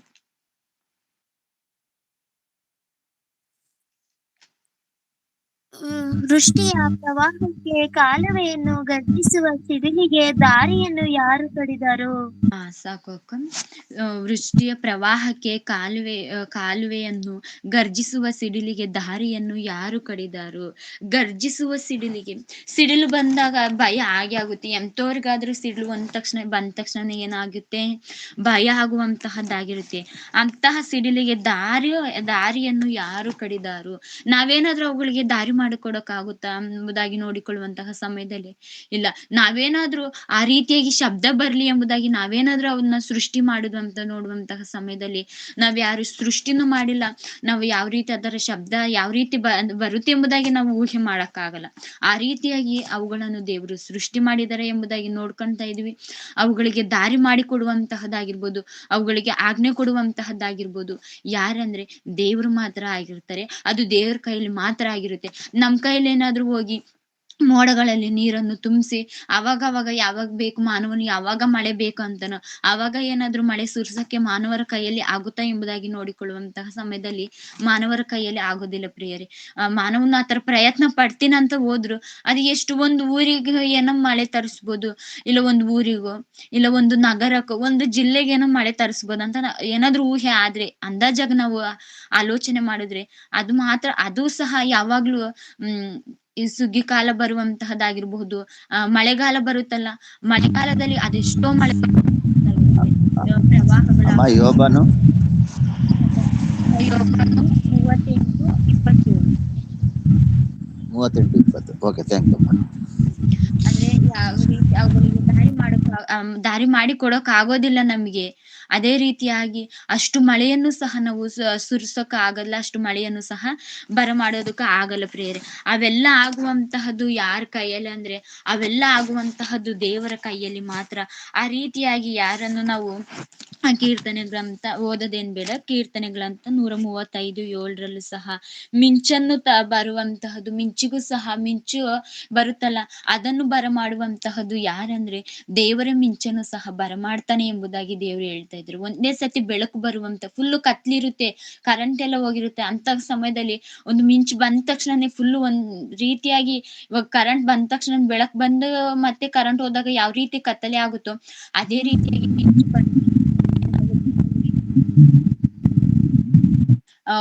ಮಿಂಚು ಬಂದ ತಕ್ಷಣ ಒಂದು ಬೆಳಕನ್ನು ಬರುವಂತಹದ್ದಾಗಿರುತ್ತೆ ಪ್ರಿಯರೇ. ಆದ್ರೆ ನಾವ್ ಇಲ್ಲಿ ಏನನ್ನ ಅರ್ಥ ಮಾಡ್ಕೊಂಡಿದೀವಿ ಅಂದ್ರೆ, ಮೇಘಗಳಿಗೆ ದಾರಿ ಮಾಡಿಕೊಟ್ಟಿರುವಂತಹದ್ದು ದೇವ್ರು. ಒಂದು ಗುಡುಗು, ಮಿಂಚು, ಸಿಡಿಲಾಗಿರಬಹುದು, ಎಲ್ಲವನ್ನು ಬರಮಾಡ್ತಾ ಇರುವಂತಹದ್ದು ದೇವ್ರು. ಎಲ್ಲವೂ ಬರಮಾಡ್ತಾ ಇದ್ದಾರೆ. ಅದೇ ರೀತಿ ನಮ್ಗೆ ಮಳೆ ಸುರಿಸ್ತಾ ಇದ್ದಾರೆ. ನಮ್ಗೆ ಯಾವ ಟೈಮಲ್ಲಿ ಮಳೆ ಬೇಕೋ ಅಂತಹ ಟೈಮಲ್ಲಿ ಮಳೆನೂ ಬರ್ತಾ ಇದೆ. ನಮ್ಗೆ ಬೆಳೆ ಬರ್ತಾ ಇದೆ. ಮಳೆ ಬರ್ಲಿಲ್ಲ ಅಂದ್ರೆ ಬೆಳೆ ಆಗಲ್ಲ. ಬೆಳೆ ಬರ್ಲಿಲ್ಲ ಅಂದ್ರೆ ನಾವು ಸಹ ಜೀವಂತವಾಗಿ ಇರೋದಕ್ಕೆ ಸಾಧ್ಯ ಆಗಲ್ಲ. ಯಾಕಂದ್ರೆ ಮಾನವನಾಗಿ ಜೀವನ ಮಾಡ್ತಾ ಇದೀವಿ ಅಂದ್ರೆ ಏನ್ ಬೇಕು? ಆಹಾರ ಬೇಕು ಪ್ರಿಯರೇ. ಅದಕ್ಕೋಸ್ಕರ ಪ್ರತಿಯೊಂದು ಆಹಾರ ಬರೋದಕ್ಕೋಸ್ಕರ ಏನ್ ಮಾಡ್ತಾ ಇದ್ದಾರೆ? ಫಸ್ಟ್ ಒಂದು ಗುಡುಲು ಮಿಂಚನ್ನು ತರಿಸಿ, ನಂತರ ಮಳೆಯನ್ನು ಸುರಿಸಿ, ನಂತರ ಆಹಾರವನ್ನು ಕೊಟ್ಟು ನಮ್ಮನ್ನ ಯಾರ್ ಪೋಷಣೆ ಮಾಡ್ತಾ ಇದ್ದಾರೆ ಅಂದ್ರೆ ದೇವರೇ ನಮ್ಮನ್ನ ಪೋಷಣೆ ಮಾಡ್ತಾ ಇರುವಂತಹದ್ದು. ನಾವು ಅಪೊಸ್ತಲರ ಕೃತ್ಯಗಳು 17ರಲ್ಲಿ ನಾವು ನೋಡಿದ್ರೆ ನಮ್ಗೆ ಗೊತ್ತಾಗುತ್ತೆ. ಏನಂತ 17ರಲ್ಲಿ ಏನಂತ ನಮ್ಗೆ ಆಹಾರವನ್ನು ಕೊಟ್ಟು ನಮ್ಗೆ ಎಲ್ಲವನ್ನು ಪೋಷಣೆ ಮಾಡ್ತಾ ಇರುವಂತಹದ್ದು, ಬೆಳೆ, ಆಹಾರವನ್ನು ಎಲ್ಲವನ್ನು ಕೊಟ್ಟು ಪೋಷಣೆ ಮಾಡ್ತಾ ಇರುವಂತಹದ್ದು ಯಾರಂದ್ರೆ ದೇವರೇ ಆಗಿರ್ತಾನೆ. ನಮ್ಮನ್ನ ಪೋಷಣೆ ಮಾಡುವಂತಹದ್ದು ದೇವರಾಗಿದ್ದಾಗ, ನಾವು ಇವಾಗ ಆತ್ಮೀಕ ರೀತಿಯಲ್ಲಿ ನಾವು ಯಾವ ರೀತಿ ಬೆಳಿಬೇಕು ಅಂದಾಗ, ದೇವರಿಗೆ ಎದುರು ಮಾತಾಡ್ತಾ ಇಲ್ಲ ಪ್ರಕೃತಿ ಅನ್ನುವಂತಹದ್ದು. ಆದ್ರೆ ಮಾನವನು ದೇವರಿಗೆ ಎದುರು ಮಾತಾಡ್ತಾ ಇದ್ದಾರೆ. ಅದಕ್ಕೋಸ್ಕರ ಮಾನವರಾಗಿರುವಂತಹ ನಾವು ದೇವರಿಗೆ ಎದುರು ಮಾತಾಡಬಾರ್ದು. ಯಾವ ರೀತಿ ದೇವರು ಅಂದ್ರೆ, ಮೋಡಕ್ಕೆ ಯಾವಾಗ ದೇವರು ಒಂದು ನಿಯಮವನ್ನು, ಒಂದು ಆಜ್ಞೆಯನ್ನು ಕೊಟ್ಟಂತಹ ಸಮಯದಲ್ಲಿ, ಇಂತಹ ಊರಿಗೆ ಹೋಗ್ಬಿಟ್ಟು, ಇಲ್ಲ ಇಂಥ ದೇಶದಲ್ಲಿ ನಾನು ಮಳೆ ಸುರಿಸ್ಬೇಕು, ಅದು ಇಂಥ ಸಮಯದಲ್ಲೇ, ಅದು ಒಂದು 10 ನಿಮಿಷ ಅಂತ ದೇವ್ರು 10 ನಿಮಿಷ ಅಂತ ಹೇಳಿದ್ರೆ 10 ನಿಮಿಷನೇ ಅವು ಮಳೆಯನ್ನು ಸುರಿಸ್ಬೇಕು. ಇಲ್ಲ ಹೆಚ್ಚು ಕಾಲ ಅಂತ ದೇವ್ರು ಹೇಳುವಂತಹ ಸಮಯದಲ್ಲಿ 1 ಗಂಟೆ, ಯಾವಾಗ ದೇವ್ರು ಇಷ್ಟು ದೇವ್ರೇ ಟೈಮ್ ಫಿಕ್ಸ್ ಮಾಡಿರುವಂತಹದ್ದಾಗಿರುತ್ತೆ. ಇಷ್ಟು ಕಾಲದವರೆಗೂ ಮಾತ್ರ ನೀನ್ ಏನ್ ಮಾಡ್ಬೇಕು?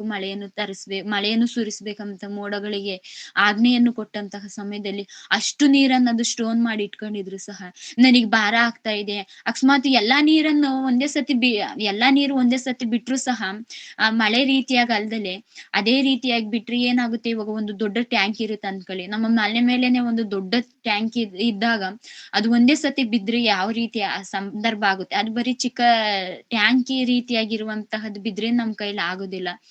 ಅದೇ ಅಷ್ಟು ಸಮುದ್ರಗಳ ನೀರನ್ನೇ ಆವಿ ಮಾಡಿ ಇಟ್ಕೊಂಡಿರುವಂತಹ ಮೋಡಗಳಲ್ಲಿ ನೀರೆಲ್ಲ ಒಂದೇ ಸತಿ ಬಂದ್ರೆ ನಾವು ಸಹ ಈ ಭೂಮಿ ಮೇಲೆ ಉಳಿಯಕ್ಕಾಗಲ್ಲ. ಅಷ್ಟು ನೀರನ್ನು ಸ್ಟೋನ್ ಮಾಡಿ ಇಟ್ಕೊಂಡಿರುವಂತಹದ್ದು. ಅಂದ್ರೆ ದೇವರ ನಿಯಮವನ್ನು, ದೇವರು ಕೊಟ್ಟ ಆಜ್ಞೆಯನ್ನು ನಾವು ಪಾಲನೆ ಮಾಡ್ತಾ ಇದ್ದೇವೆ.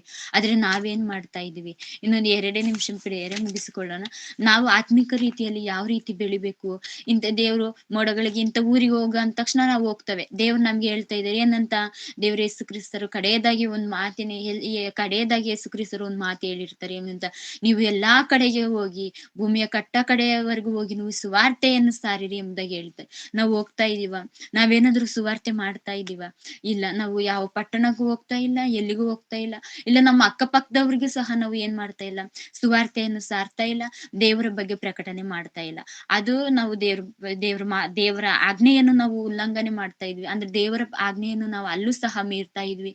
ಅದೇ ರೀತಿಯಾಗಿ ಕೆಲವು ಆತ್ಮಗಳನ್ನು ರಕ್ಷಣೆ ತರುವಂತಹ ಮಾರ್ಗದಲ್ಲಿ ನೀವು ಇರಿ ಎಂಬುದಾಗಿ ದೇವ್ರು ಹೇಳ್ತಾ ಇದ್ದಾರೆ. ಆ ಮಾರ್ಗದಲ್ಲಿ ಏನಾದ್ರು ನಾವ್ ಇದೆಯಾ ಎಂಬುದಾಗಿ ದೇವ್ರು ಹೇಳ್ತಾ ಇದ್ದಾರೆ. ದೇವ್ರು ಕೇಳ್ತಾ ಇದ್ದಾರೆ, ಪ್ರಶ್ನೆ ಮಾಡ್ತಾ ಇದ್ದಾರೆ.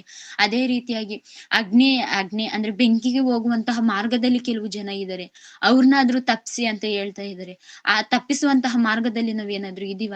ಅಲ್ಲೂ ಸಹ ನಾವು ದೇವರ ಮಾತನ್ನು ನಾವು ಮೀರ್ತಾ ಇದ್ವಿ. ನಾವು ಆಲೋಚನೆ ಮಾಡ್ಬೇಕು, ಯಾವ ವಿಷಯದಲ್ಲಿ ನಾವು ದೇವರ ಮಾತನ್ನು ಮೀರ್ತಾ ಇದೀವಿ, ಯಾವ ವಿಷಯದಲ್ಲಿ ದೇವರ ಮಾತನ್ನು ಕೇಳ್ತಾ ಇದ್ವಿ ಎಂಬುದಾಗಿ ನಾವು ಆಲೋಚನೆ ಮಾಡಿ ತಿಳ್ಕೊಂಡ್ರೆ, ನಾವು ದೇವರ ಮಾತನ್ನು ಕೇಳಿ ಅದರ ಪ್ರಕಾರ ನಡೆದುಕೊಂಡಿರೋದಕ್ಕಿಂತ ಹೆಚ್ಚಾಗಿ ನಾವು ಆತನ ಮಾತನ್ನು ಮೀರಿರುವಂತಹ ಲೀಷ್ಟೆ ನಮ್ಮಲ್ಲಿ ಇರುವಂತಹದ್ದಾಗಿರುತ್ತೆ. ಆ ರೀತಿಯಾಗಿ ಇರಬಾರ್ದು ಪ್ರಿಯರೇ. ನಾವು ಯಾವ ರೀತಿ ಇರ್ಬೇಕಂದ್ರೆ, ಒಂದು ಗುಡುಗು, ಮಿಂಚಿಲು, ಸಿಡಿಲು, ಒಂದು ಮಳೆಯಿಂದ ನಾವು ಏನನ್ನ ಅರ್ಥ ಮಾಡ್ಕೊಂಡ್ವಿ ಅಂದ್ರೆ, ಈ ಸಂದೇಶದಲ್ಲಿ ನಾವ್ ಏನನ್ನ ಅರ್ಥ ಮಾಡ್ಕೊಂಡ್ವಿ ಅಂದ್ರೆ, ದೇವ್ರು ಅವುಗಳಿಗೆ ಒಂದು ನಿಯಮವನ್ನು ಕೊಟ್ಟಿರ್ತಾರೆ. ದೇವ್ರೊಂದು ಆಜ್ಞೆಯನ್ನು ಕೊಡ್ತಾರೆ. ನೀನ್ ಇಂಥ ಜಾಗಕ್ಕೆ ಹೋಗಿ ಇಂಥ ಮಳೆಯನ್ನು ಸುರಿಸ್ಬೇಕು, ಅದು ಇಷ್ಟು ನಿಮಿಷ ಮಾತ್ರ, ಇಲ್ಲ ಇಷ್ಟು ಗಂಟೆಗಳು ಮಾತ್ರ ನೀನು ಮಳೆಯನ್ನು ಸುರಿಸಬೇಕು ಅಂತ ದೇವರು ಯಾವ ರೀತಿ ಆಜ್ಞೆ ಕೊಟ್ಟಂತಹ ಸಮಯದಲ್ಲಿ ಅವು ಅದೇ ರೀತಿಯಾಗಿ ಇಷ್ಟು ನಿಮಿಷಗಳ ಕಾಲದವರೆಗೆ ಯಾವ ರೀತಿ ಮಳೆಯನ್ನು ಸುರಿಸಿ ಅದೇ ರೀತಿ ನಾವು ಗೊತ್ತಾಗ್ಬೋದು ಯಾವ ರೀತಿ ಕೆಲಸ ಮಾಡ್ತಾ ಇದ್ದೇವೆ. ದೇವ್ರು ಹೇಳಿದ್ದಾರೆ ಏನಂತ, ಯೇಸು ಕ್ರಿಸ್ತರು ನಾನು ಎರಡನೇ ಬರುವಾಗ ಮೇಘಗಳ ಮೇಲೆ ಬರ್ತೀನಿ ಎಂಬುದಾಗಿ. ಅಷ್ಟು ಚೆನ್ನಾಗಿ ಏನ್ ಮಾಡ್ತಾ ಇದ್ದೇವೆ ಅಂದ್ರೆ ಮೇಘಗಳು ಕೆಲಸ ಮಾಡ್ತಾ ಇದ್ದಾವೆ, ಆದ್ರೆ ನಾವು ಮಾತ್ರ ದೇವರ ಕೆಲಸ ಮಾಡ್ತಾ ಇಲ್ಲ. ಆತ್ಮೀಕ ರೀತಿಯಲ್ಲಿ ನಾವು ಏನನ್ನು ಪಾಠ ಕಲ್ತ್ಕೊಂಡ್ವಿ ಅಂದ್ರೆ ಆತನ ಆಜ್ಞೆಗಳನ್ನು ನಾವು ಕೈಗೊಂಡು ನಡಿಬೇಕು. ಲೋಕದ ಕಟ್ಟ ಕಡೆಯವರೆಗೂ ಹೋಗಿ ನಾವು ಸುವಾರ್ತೆಯನ್ನು ಸಾರಬೇಕು. ಅದೇ ರೀತಿ ಆತ್ಮಗಳನ್ನು ರಕ್ಷಣೆ ಮಾಡ್ಬೇಕು. ಅದೇ ರೀತಿಯಾಗಿ ಅಗ್ನಿಕೊಂಡದಕ್ಕೆ ಅಂದ್ರೆ ಬೆಂಕಿಯಿಂದ ಕೆಲವು ಜನರನ್ನಾದ್ರೂ ನಾವು ಒಳ್ಳೆ ಮಾರ್ಗಕ್ಕೆ ತರುವಂತಹ ಪ್ರಯತ್ನದಲ್ಲಿ ನಾವು ಪ್ರತಿಯೊಬ್ಬರು ಇರುವಂತಹವರಾಗ್ಬೇಕು ಪ್ರಿಯರೇ. ಇದೇ ನಾವು ಇವತ್ತಿನ ದಿನದಲ್ಲಿ ನಾವು ನೋಡಿಕೊಂಡಿರುವಂತಹದ್ದು ಆಗಿದೆ. ಅದೇ ರೀತಿಯಾಗಿ ಒಂದು ಭೂಮಿ ಆಗಿರ್ಬೋದು, ಸೂರ್ಯ ಆಗಿರ್ಬೋದು, ಚಂದ್ರ ಆಗಿರ್ಬೋದು, ಇದ್ರ ಬಗ್ಗೆ ನಾವು ನೋಡಿಕೊಳ್ಳುವಂತಹ ಅಂದ್ರೆ ದೇವರ ಸೃಷ್ಟಿ ಆಗಿರ್ಬೋದು, ದೇವರ ಅದ್ಭುತ ಆಗಿರ್ಬೋದು, ಯಾವ ರೀತಿ ಅವು ತೂಗಾಡ್ತಾ ಇದಾವೆ. ಶೂನ್ಯದಲ್ಲಿ ದೇವ್ರ ಹಿಂಗ್ ಸೃಷ್ಟಿ ಮಾಡಿ ಹಿಂಗ್ ಬಿಟ್ಟಿದ್ದಾನೆ, ಅವು ಯಾವ ರೀತಿ ತೂಗಾಡ್ತಾ ಇದ್ದೇವೆ ಅಂದ್ರೆ ನಾವ್ ಅದನ್ನೆಲ್ಲ ಎಷ್ಟೇ ಪರಿಶೋಧನೆ ಮಾಡುದು ಸಹ ಯಾವ ರೀತಿ ನಿಂತಿರ್ಬೋದು ಎಂಬುದಾಗಿ ಆಶ್ಚರ್ಯ ಆಗುವಂತಹದ್ದಾಗಿದೆ. ಎಲ್ಲವನ್ನು ಮಾನವನಿಗೋಸ್ಕರನೇ ದೇವರು ಮಾಡಿರುವಂತಹದ್ದು. ಆದ್ರೆ ಮಾನವನೇ ಅದನ್ನ ಅರ್ಥ ಮಾಡ್ಕೊಳ್ತಾ ಇಲ್ಲ. ಆದ್ರೆ ಮಾನವನ ಅರ್ಥ ಮಾಡಿಕೊಂಡು ನಾವು ಪ್ರತಿಯೊಬ್ಬರು ಸಹ ಆತ್ಮೀಕ ರೀತಿಯಲ್ಲಿ ನಾವು ಪ್ರತಿಯೊಬ್ಬರು ಬೆಳೆಯೋಣ. ವಾಕ್ಯದ ಮೂಲಕನು ವಾಕ್ಯವನ್ನು ಅರ್ಥ ಮಾಡಿಕೊಳ್ಳೋಣ. ವಾಕ್ಯವನ್ನು ಗ್ರಹಿಸಿಕೊಂಡು ನಾವು ಸಹ ಪ್ರತಿಯೊಬ್ಬರು ಯಾರು ಸಹ ನಾವಿವಾಗ ಕೇಳ್ತಾ ಇದೀವಿ, ಎಲ್ಲರೂ ಕೇಳಿದೀವಿ, ಎಲ್ಲರೂ ಸಹ ದೇವರ ಆಜ್ಞೆಗಳನ್ನು, ಯಾಕಂದ್ರೆ ನಾವೆಲ್ಲರೂ ಹುಟ್ಟಿರುವಂತಹದ್ದು ಆತನ ಮಾತನ್ನು ಕೇಳುವುದಕ್ಕೆ. ಎಲ್ಲರಿಗೂ ತಂದೆಯಾಗಿರುವಂತಹ ದೇವರು ಆತನಾಗಿರೋದ್ರಿಂದ ಯಾರನ್ನು ದ್ವೇಷ ಮಾಡುವಂತಹದ್ದು ಬೇರೆ, ಯಾರ ಮೇಲೆ ಹಗೆತನ ಬೇಡ, ಎಲ್ಲರ ಮೇಲೆ ಕರುಣೆ ಇರಬೇಕು, ಎಲ್ಲರ ಮೇಲೆ ಪ್ರೀತಿ ಅನ್ನುವಂತಹದ್ದು ಇರ್ಬೇಕು. ನಾವ್ ಇನ್ನೊಬ್ಬರನ್ನು ಪ್ರೀತಿ ಮಾಡಿದ್ರೆ ದೇವರು ಸಹ ನಮ್ಮಲ್ಲಿ ಪ್ರೀತಿ ಇರುವಂತಹದ್ದಾಗಿರುತ್ತೆ ಎಂಬುದಾಗಿ ಹೇಳ್ತಾ, ಆತ್ಮೀಕ ರೀತಿಯಲ್ಲಿ ನಾವೆಲ್ಲರೂ ಬಲಪಡೋಣ. ದೇವರಲ್ಲಿ ಹೆಚ್ಚು ಸೇವೆಯನ್ನು ಮಾಡುವಂತವರಾಗನ. ಲೋಕದ ಕಡೆಯವರೆಗೂ ಹೋಗಿ ನಾವು ಪ್ರತಿಯೊಬ್ಬರು ಸುವಾರ್ತೆ ಸಾರುವಂತಹ ಮಾರ್ಗದಲ್ಲಿ ನಾವು ಪ್ರತಿಯೊಬ್ಬರು ಇರೋಣ ಎಂಬುದಾಗಿ, ದೇವರು ಇಂಥವ್ರು ಮಾತ್ರ ಸುವಾರ್ತೆ ಸಾರ್ಬೇಕು, ಇಂಥವ್ರು ಮಾತ್ರ ಸುವಾರ್ತೆ ಸಾರಬಾರ್ದು ಅನ್ನುವಂತಹ ಕಟ್ಟುನಿಟ್ಟಾದ ನಿರ್ಧಾರವನ್ನು ದೇವರಿಟ್ಟಿಲ್ಲ. ಪ್ರತಿಯೊಬ್ಬರು ಸುವಾರ್ತೆ ಸಾರ್ಬೇಕೆಂಬುದಾಗಿ ದೇವ್ರು ಹೇಳಿರೋದ್ರಿಂದ ನಾವು ಪ್ರತಿಯೊಬ್ಬರು ಸುವಾರ್ತೆ ಸಾರುವಂತಹ ಮಾರ್ಗದಲ್ಲಿ ಇರೋಣ ಅಂತ ಹೇಳ್ತಾ, ಸಮಯ ಬಹಳ ಆಯ್ತು ಪ್ರಿಯರೇ. ಎಲ್ಲರ ಕಣ್ಣುಗಳನ್ನು ಮುಚ್ಚಿ ನಾವು ಪ್ರಾರ್ಥನೆ ಮಾಡಿಕೊಂಡು ನಾವು ಸಂದೇಶವನ್ನು ಮುಗಿಸಿಕೊಳ್ಳೋಣ. ನಮ್ಮನ್ನು ಬಹಳವಾಗಿ ಪ್ರೀತಿ ಮಾಡುವಂತಹ ಪ್ರೀತಿಯ ಪರಲೋಕದಲ್ಲಿರುವ ನಮ್ಮ ತಂದೆ, ನಿಮ್ಮ ಶ್ರೇಷ್ಠವಾದ ನಾಮಕ್ಕೆ ವಂದನೆಗಳು, ಸ್ತೋತ್ರಗಳು ತಂದೆ. ಸರ್ವವನ್ನು ಸೃಷ್ಟಿಸಿದಾತರು, ಈ ಸರ್ವ ಜೀವದಾಯಕವಾಗಿರುವಂತಹ ದೇವರು ನೀವು ಆಗಿದ್ದೀರ ತಂದೆ, ಅದಕ್ಕಾಗಿ ವಂದನೆಗಳಪ್ಪ. ಇವತ್ತಿನ ದಿನದಲ್ಲಿ ತಂದೆ, ಬೆಳಗಿನ ಸಮಯದಲ್ಲಿ ತಂದೆ, ಸುಂದರ ಸಮಯದಲ್ಲಿ ತಂದೆ ಅದೇ ನೀನು ವಾಕ್ಯವನ್ನು ತಂದೆ, ಕೆಲವು ಮಾತುಗಳನ್ನು ತಂದೆ ಅದೇ ದೇವರು ಹೇಳಲು ಒಂದು ಅವಕಾಶವನ್ನು ಮಾಡಿಕೊಟ್ಟಿದ್ದೆ ತಂದೆ, ಅದಕ್ಕಾಗಿ ವಂದನೆಗಳಪ್ಪ. ಹೌದು ತಂದೆ, ಈ ಪ್ರಕೃತಿಯನ್ನು ನೋಡಿ ನಾವು ಹಲವು ಪಾಠಗಳನ್ನು ಕಲಿತುಕೊಳ್ಳಬೇಕೆಂಬುದಾಗಿ ಪ್ರಕೃತಿಯಲ್ಲಿ ತಂದೆ ಅದೇ ದೇವರು ಇಟ್ಟಿದೆಯಾ ತಂದೆ ಅದೇ ದೇವರಪ್ಪ. ಯಾವ ರೀತಿ ತಂದೆ ಒಂದು ಮಳೆ ಆಗಿರ್ಬೋದು, ಒಂದು ಮೋಡಗಳು ಯಾವ ರೀತಿ ತಂದೆ ಆ ದೇವ್ರೆ ನಿನ್ನ ನಿನ್ನ ನಿಯಮವನ್ನು ತಂದೆ ಯಾವ ರೀತಿ ಪಾಲನೆ ಮಾಡ್ತವೋ ತಂದೆ ಅದೇ ದೇವ್ರೆ, ನೀನು ಹೋಗಬೇಕೆಂಬುದಾಗಿ ಹೇಳಿರುವಂತಹ ಸಮಯದಲ್ಲಿ ನಮಗೆ ಬಂದು ನಮ್ಗೆಲ್ಲರಿಗೂ ಮಳೆಯನ್ನು ಯಾವ ರೀತಿ ಸುರಿಸ್ತವೋ ಅದೇ ರೀತಿಯಾಗಿ ತಂದೆ ನಾವೆಲ್ಲರೂ ತಂದೆ ಅದೇ ದೇವ್ರೆ ಈ ಲೋಕದಲ್ಲಿ ಕಟ್ಟ ಕಡೆಯವರೆಗೂ ಹೋಗಿ ತಂದೆ ಅದೇ ದೇವರಪ್ಪ ಸುವಾರ್ತೆಯನ್ನು ಸಾರಿ ತಂದೆ ಅದೇ ದೇವ್ರು ನಾವೆಲ್ಲರೂ ಏನ್ ಮಾಡ್ಬೇಕಂದ್ರೆ ತಂದೆ ದೇವರಪ್ಪ ನಿನ್ನ ಸೇವೆಯನ್ನು ಮಾಡುವ ರೀತಿ, ನಿನ್ನ ಸೇವೆಯನ್ನು ಮಾಡುವ ಮಾರ್ಗದಲ್ಲಿ ನಾವು ಪ್ರತಿಯೊಬ್ಬರು ಇರುವಂತೆ ನಮಗೆ ಸಹಾಯ ಮಾಡಬೇಕೆಂಬುದಾಗಿ ಪ್ರಾರ್ಥಿಸುತ್ತೇನೆ ತಂದೆ ಅದೇ ದೇವರಪ್ಪ. ನಾನು ತಪ್ಪು ಮಾತಾಡಿದ್ರೆ ತಂದೆ ತಪ್ಪನ್ನು ತಿದ್ದಿಕೊಂಡು ಇನ್ನು ಮುಂದೆ ತಪ್ಪು ಮಾತಾಡೋದ ರೀತಿಯಾಗಿ ನನ್ನನ್ನು ತಪ್ಪು ಮಾಡಿದ್ರೆ ನನ್ನನ್ನು ಕ್ಷಮಿಸು ಎಂಬುದಾಗಿ ತಂದೆ ಬೇಡಿಕೊಳ್ಳುತ್ತಾ, ಎಲ್ಲ ದೈವ ಸೇವಕರನ್ನು ನೆನೆಸಿಕೊ ತಂದೆ, ಅವರ ಆರೋಗ್ಯ ಬಲವನ್ನು ಕೊಟ್ಟು ತಂದೆ ಇನ್ನು ಹೆಚ್ಚಾಗಿ ಅವರು ಸೇವೆ ಮಾಡುವಂತೆ ಅವರಿಗೆ ಸಹಾಯ ಮಾಡು ತಂದೆ ದೇವ್ರಿ. ಯಾರ್ಯಾರು ಅನಾರೋಗ್ಯದಲ್ಲಿದ್ದಾರೋ ತಂದೆ ಆರೋಗ್ಯ ಬಲವನ್ನು ಕೊಟ್ಟು ತಂದೆ ದೇವ್ರಿ ನೀವು ಅವರನ್ನು ಉತ್ತಮ ರೀತಿಯಲ್ಲಿ ನಡೆಸಬೇಕೆಂಬುದಾಗಿ, ಅದೇ ರೀತಿ ಪ್ರತಿದಿನ ನಡೆಯುವಂತಹ ಗೂಗಲ್ ಮೀಟಿಂಗ್ ಇಂದು ಅನೇಕ ಜನರು ತಂದೆಯಾದ ದೇವರೇ ಗೂಗಲ್ ಮೀಟಿಂಗ್ಗೆ ಜಾಯ್ನ್ ಆಗಿ ನಿನ್ನ ವಾಕ್ಯವನ್ನು ಕೇಳಿ ತಂದೆ ಬದಲಾಗುವಂತೆ ನೀವು ತಾನೇ ಸಹಾಯ ಮಾಡಬೇಕೆಂಬುದಾಗಿ ನಾನು ಪ್ರಾರ್ಥಿಸುತ್ತೇನೆ ತಂದೆಯಾದ ದೇವರಪ್ಪ. ಇನ್ನು ಹೆಚ್ಚಾಗಿ ಇದನ್ನು ನಡೆಸುವಂತವರನ್ನು ಸಹ ನೆನೆಸಿಕೊಂಡು ಅವರಿಗೂ ಸಹ ಒಳ್ಳೆ ರೀತಿಯಾಗಿ ಅವರಿಗೂ ಸಹ ಒಳ್ಳೆ ಆರೋಗ್ಯ ಬಲವನ್ನು ಕೊಟ್ಟು ನಡೆಸಬೇಕೆಂಬುದಾಗಿ ಪ್ರಾರ್ಥಿಸುತ್ತಾ ತಂದೆಯಾದ ದೇವರೇ ಒಳ್ಳೆ ಅವಕಾಶವನ್ನು ಕೊಟ್ಟು ನಾವು ವಾಕ್ಯವನ್ನು ಕೇಳಿದ್ದೇವೆ ತಂದೆ, ಪ್ರತಿಯೊಬ್ಬರು ಅದನ್ನು ಅಂಗೀಕರಿಸಿ ಆ ಪ್ರತಿಯೊಬ್ಬರು ಸಹ ಅದರ ಪ್ರಕಾರ ನಡೆದುಕೊಳ್ಳುವಂತೆ ನಮ್ಗೆ ಪ್ರತಿಯೊಬ್ಬರಿಗೂ ನೀವು ತಾನೇ ಸಹಾಯ ಮಾಡಬೇಕೆಂಬುದಾಗಿ ಪ್ರಾರ್ಥಿಸುತ್ತಾ ತಂದೆಯ ದೇವರಪ್ಪ ಎಲ್ಲವನ್ನು ಒಪ್ಪಿಸಿಕೊಟ್ಟು ಯೇಸು ಕ್ರಿಸ್ತರ ನಾಮದಲ್ಲಿ ಬೇಡಿ ಹೊಂದಿದ್ದೇನೆ ಪರಲೋಕದಲ್ಲಿರುವ ನಮ್ಮ ತಂದೆ.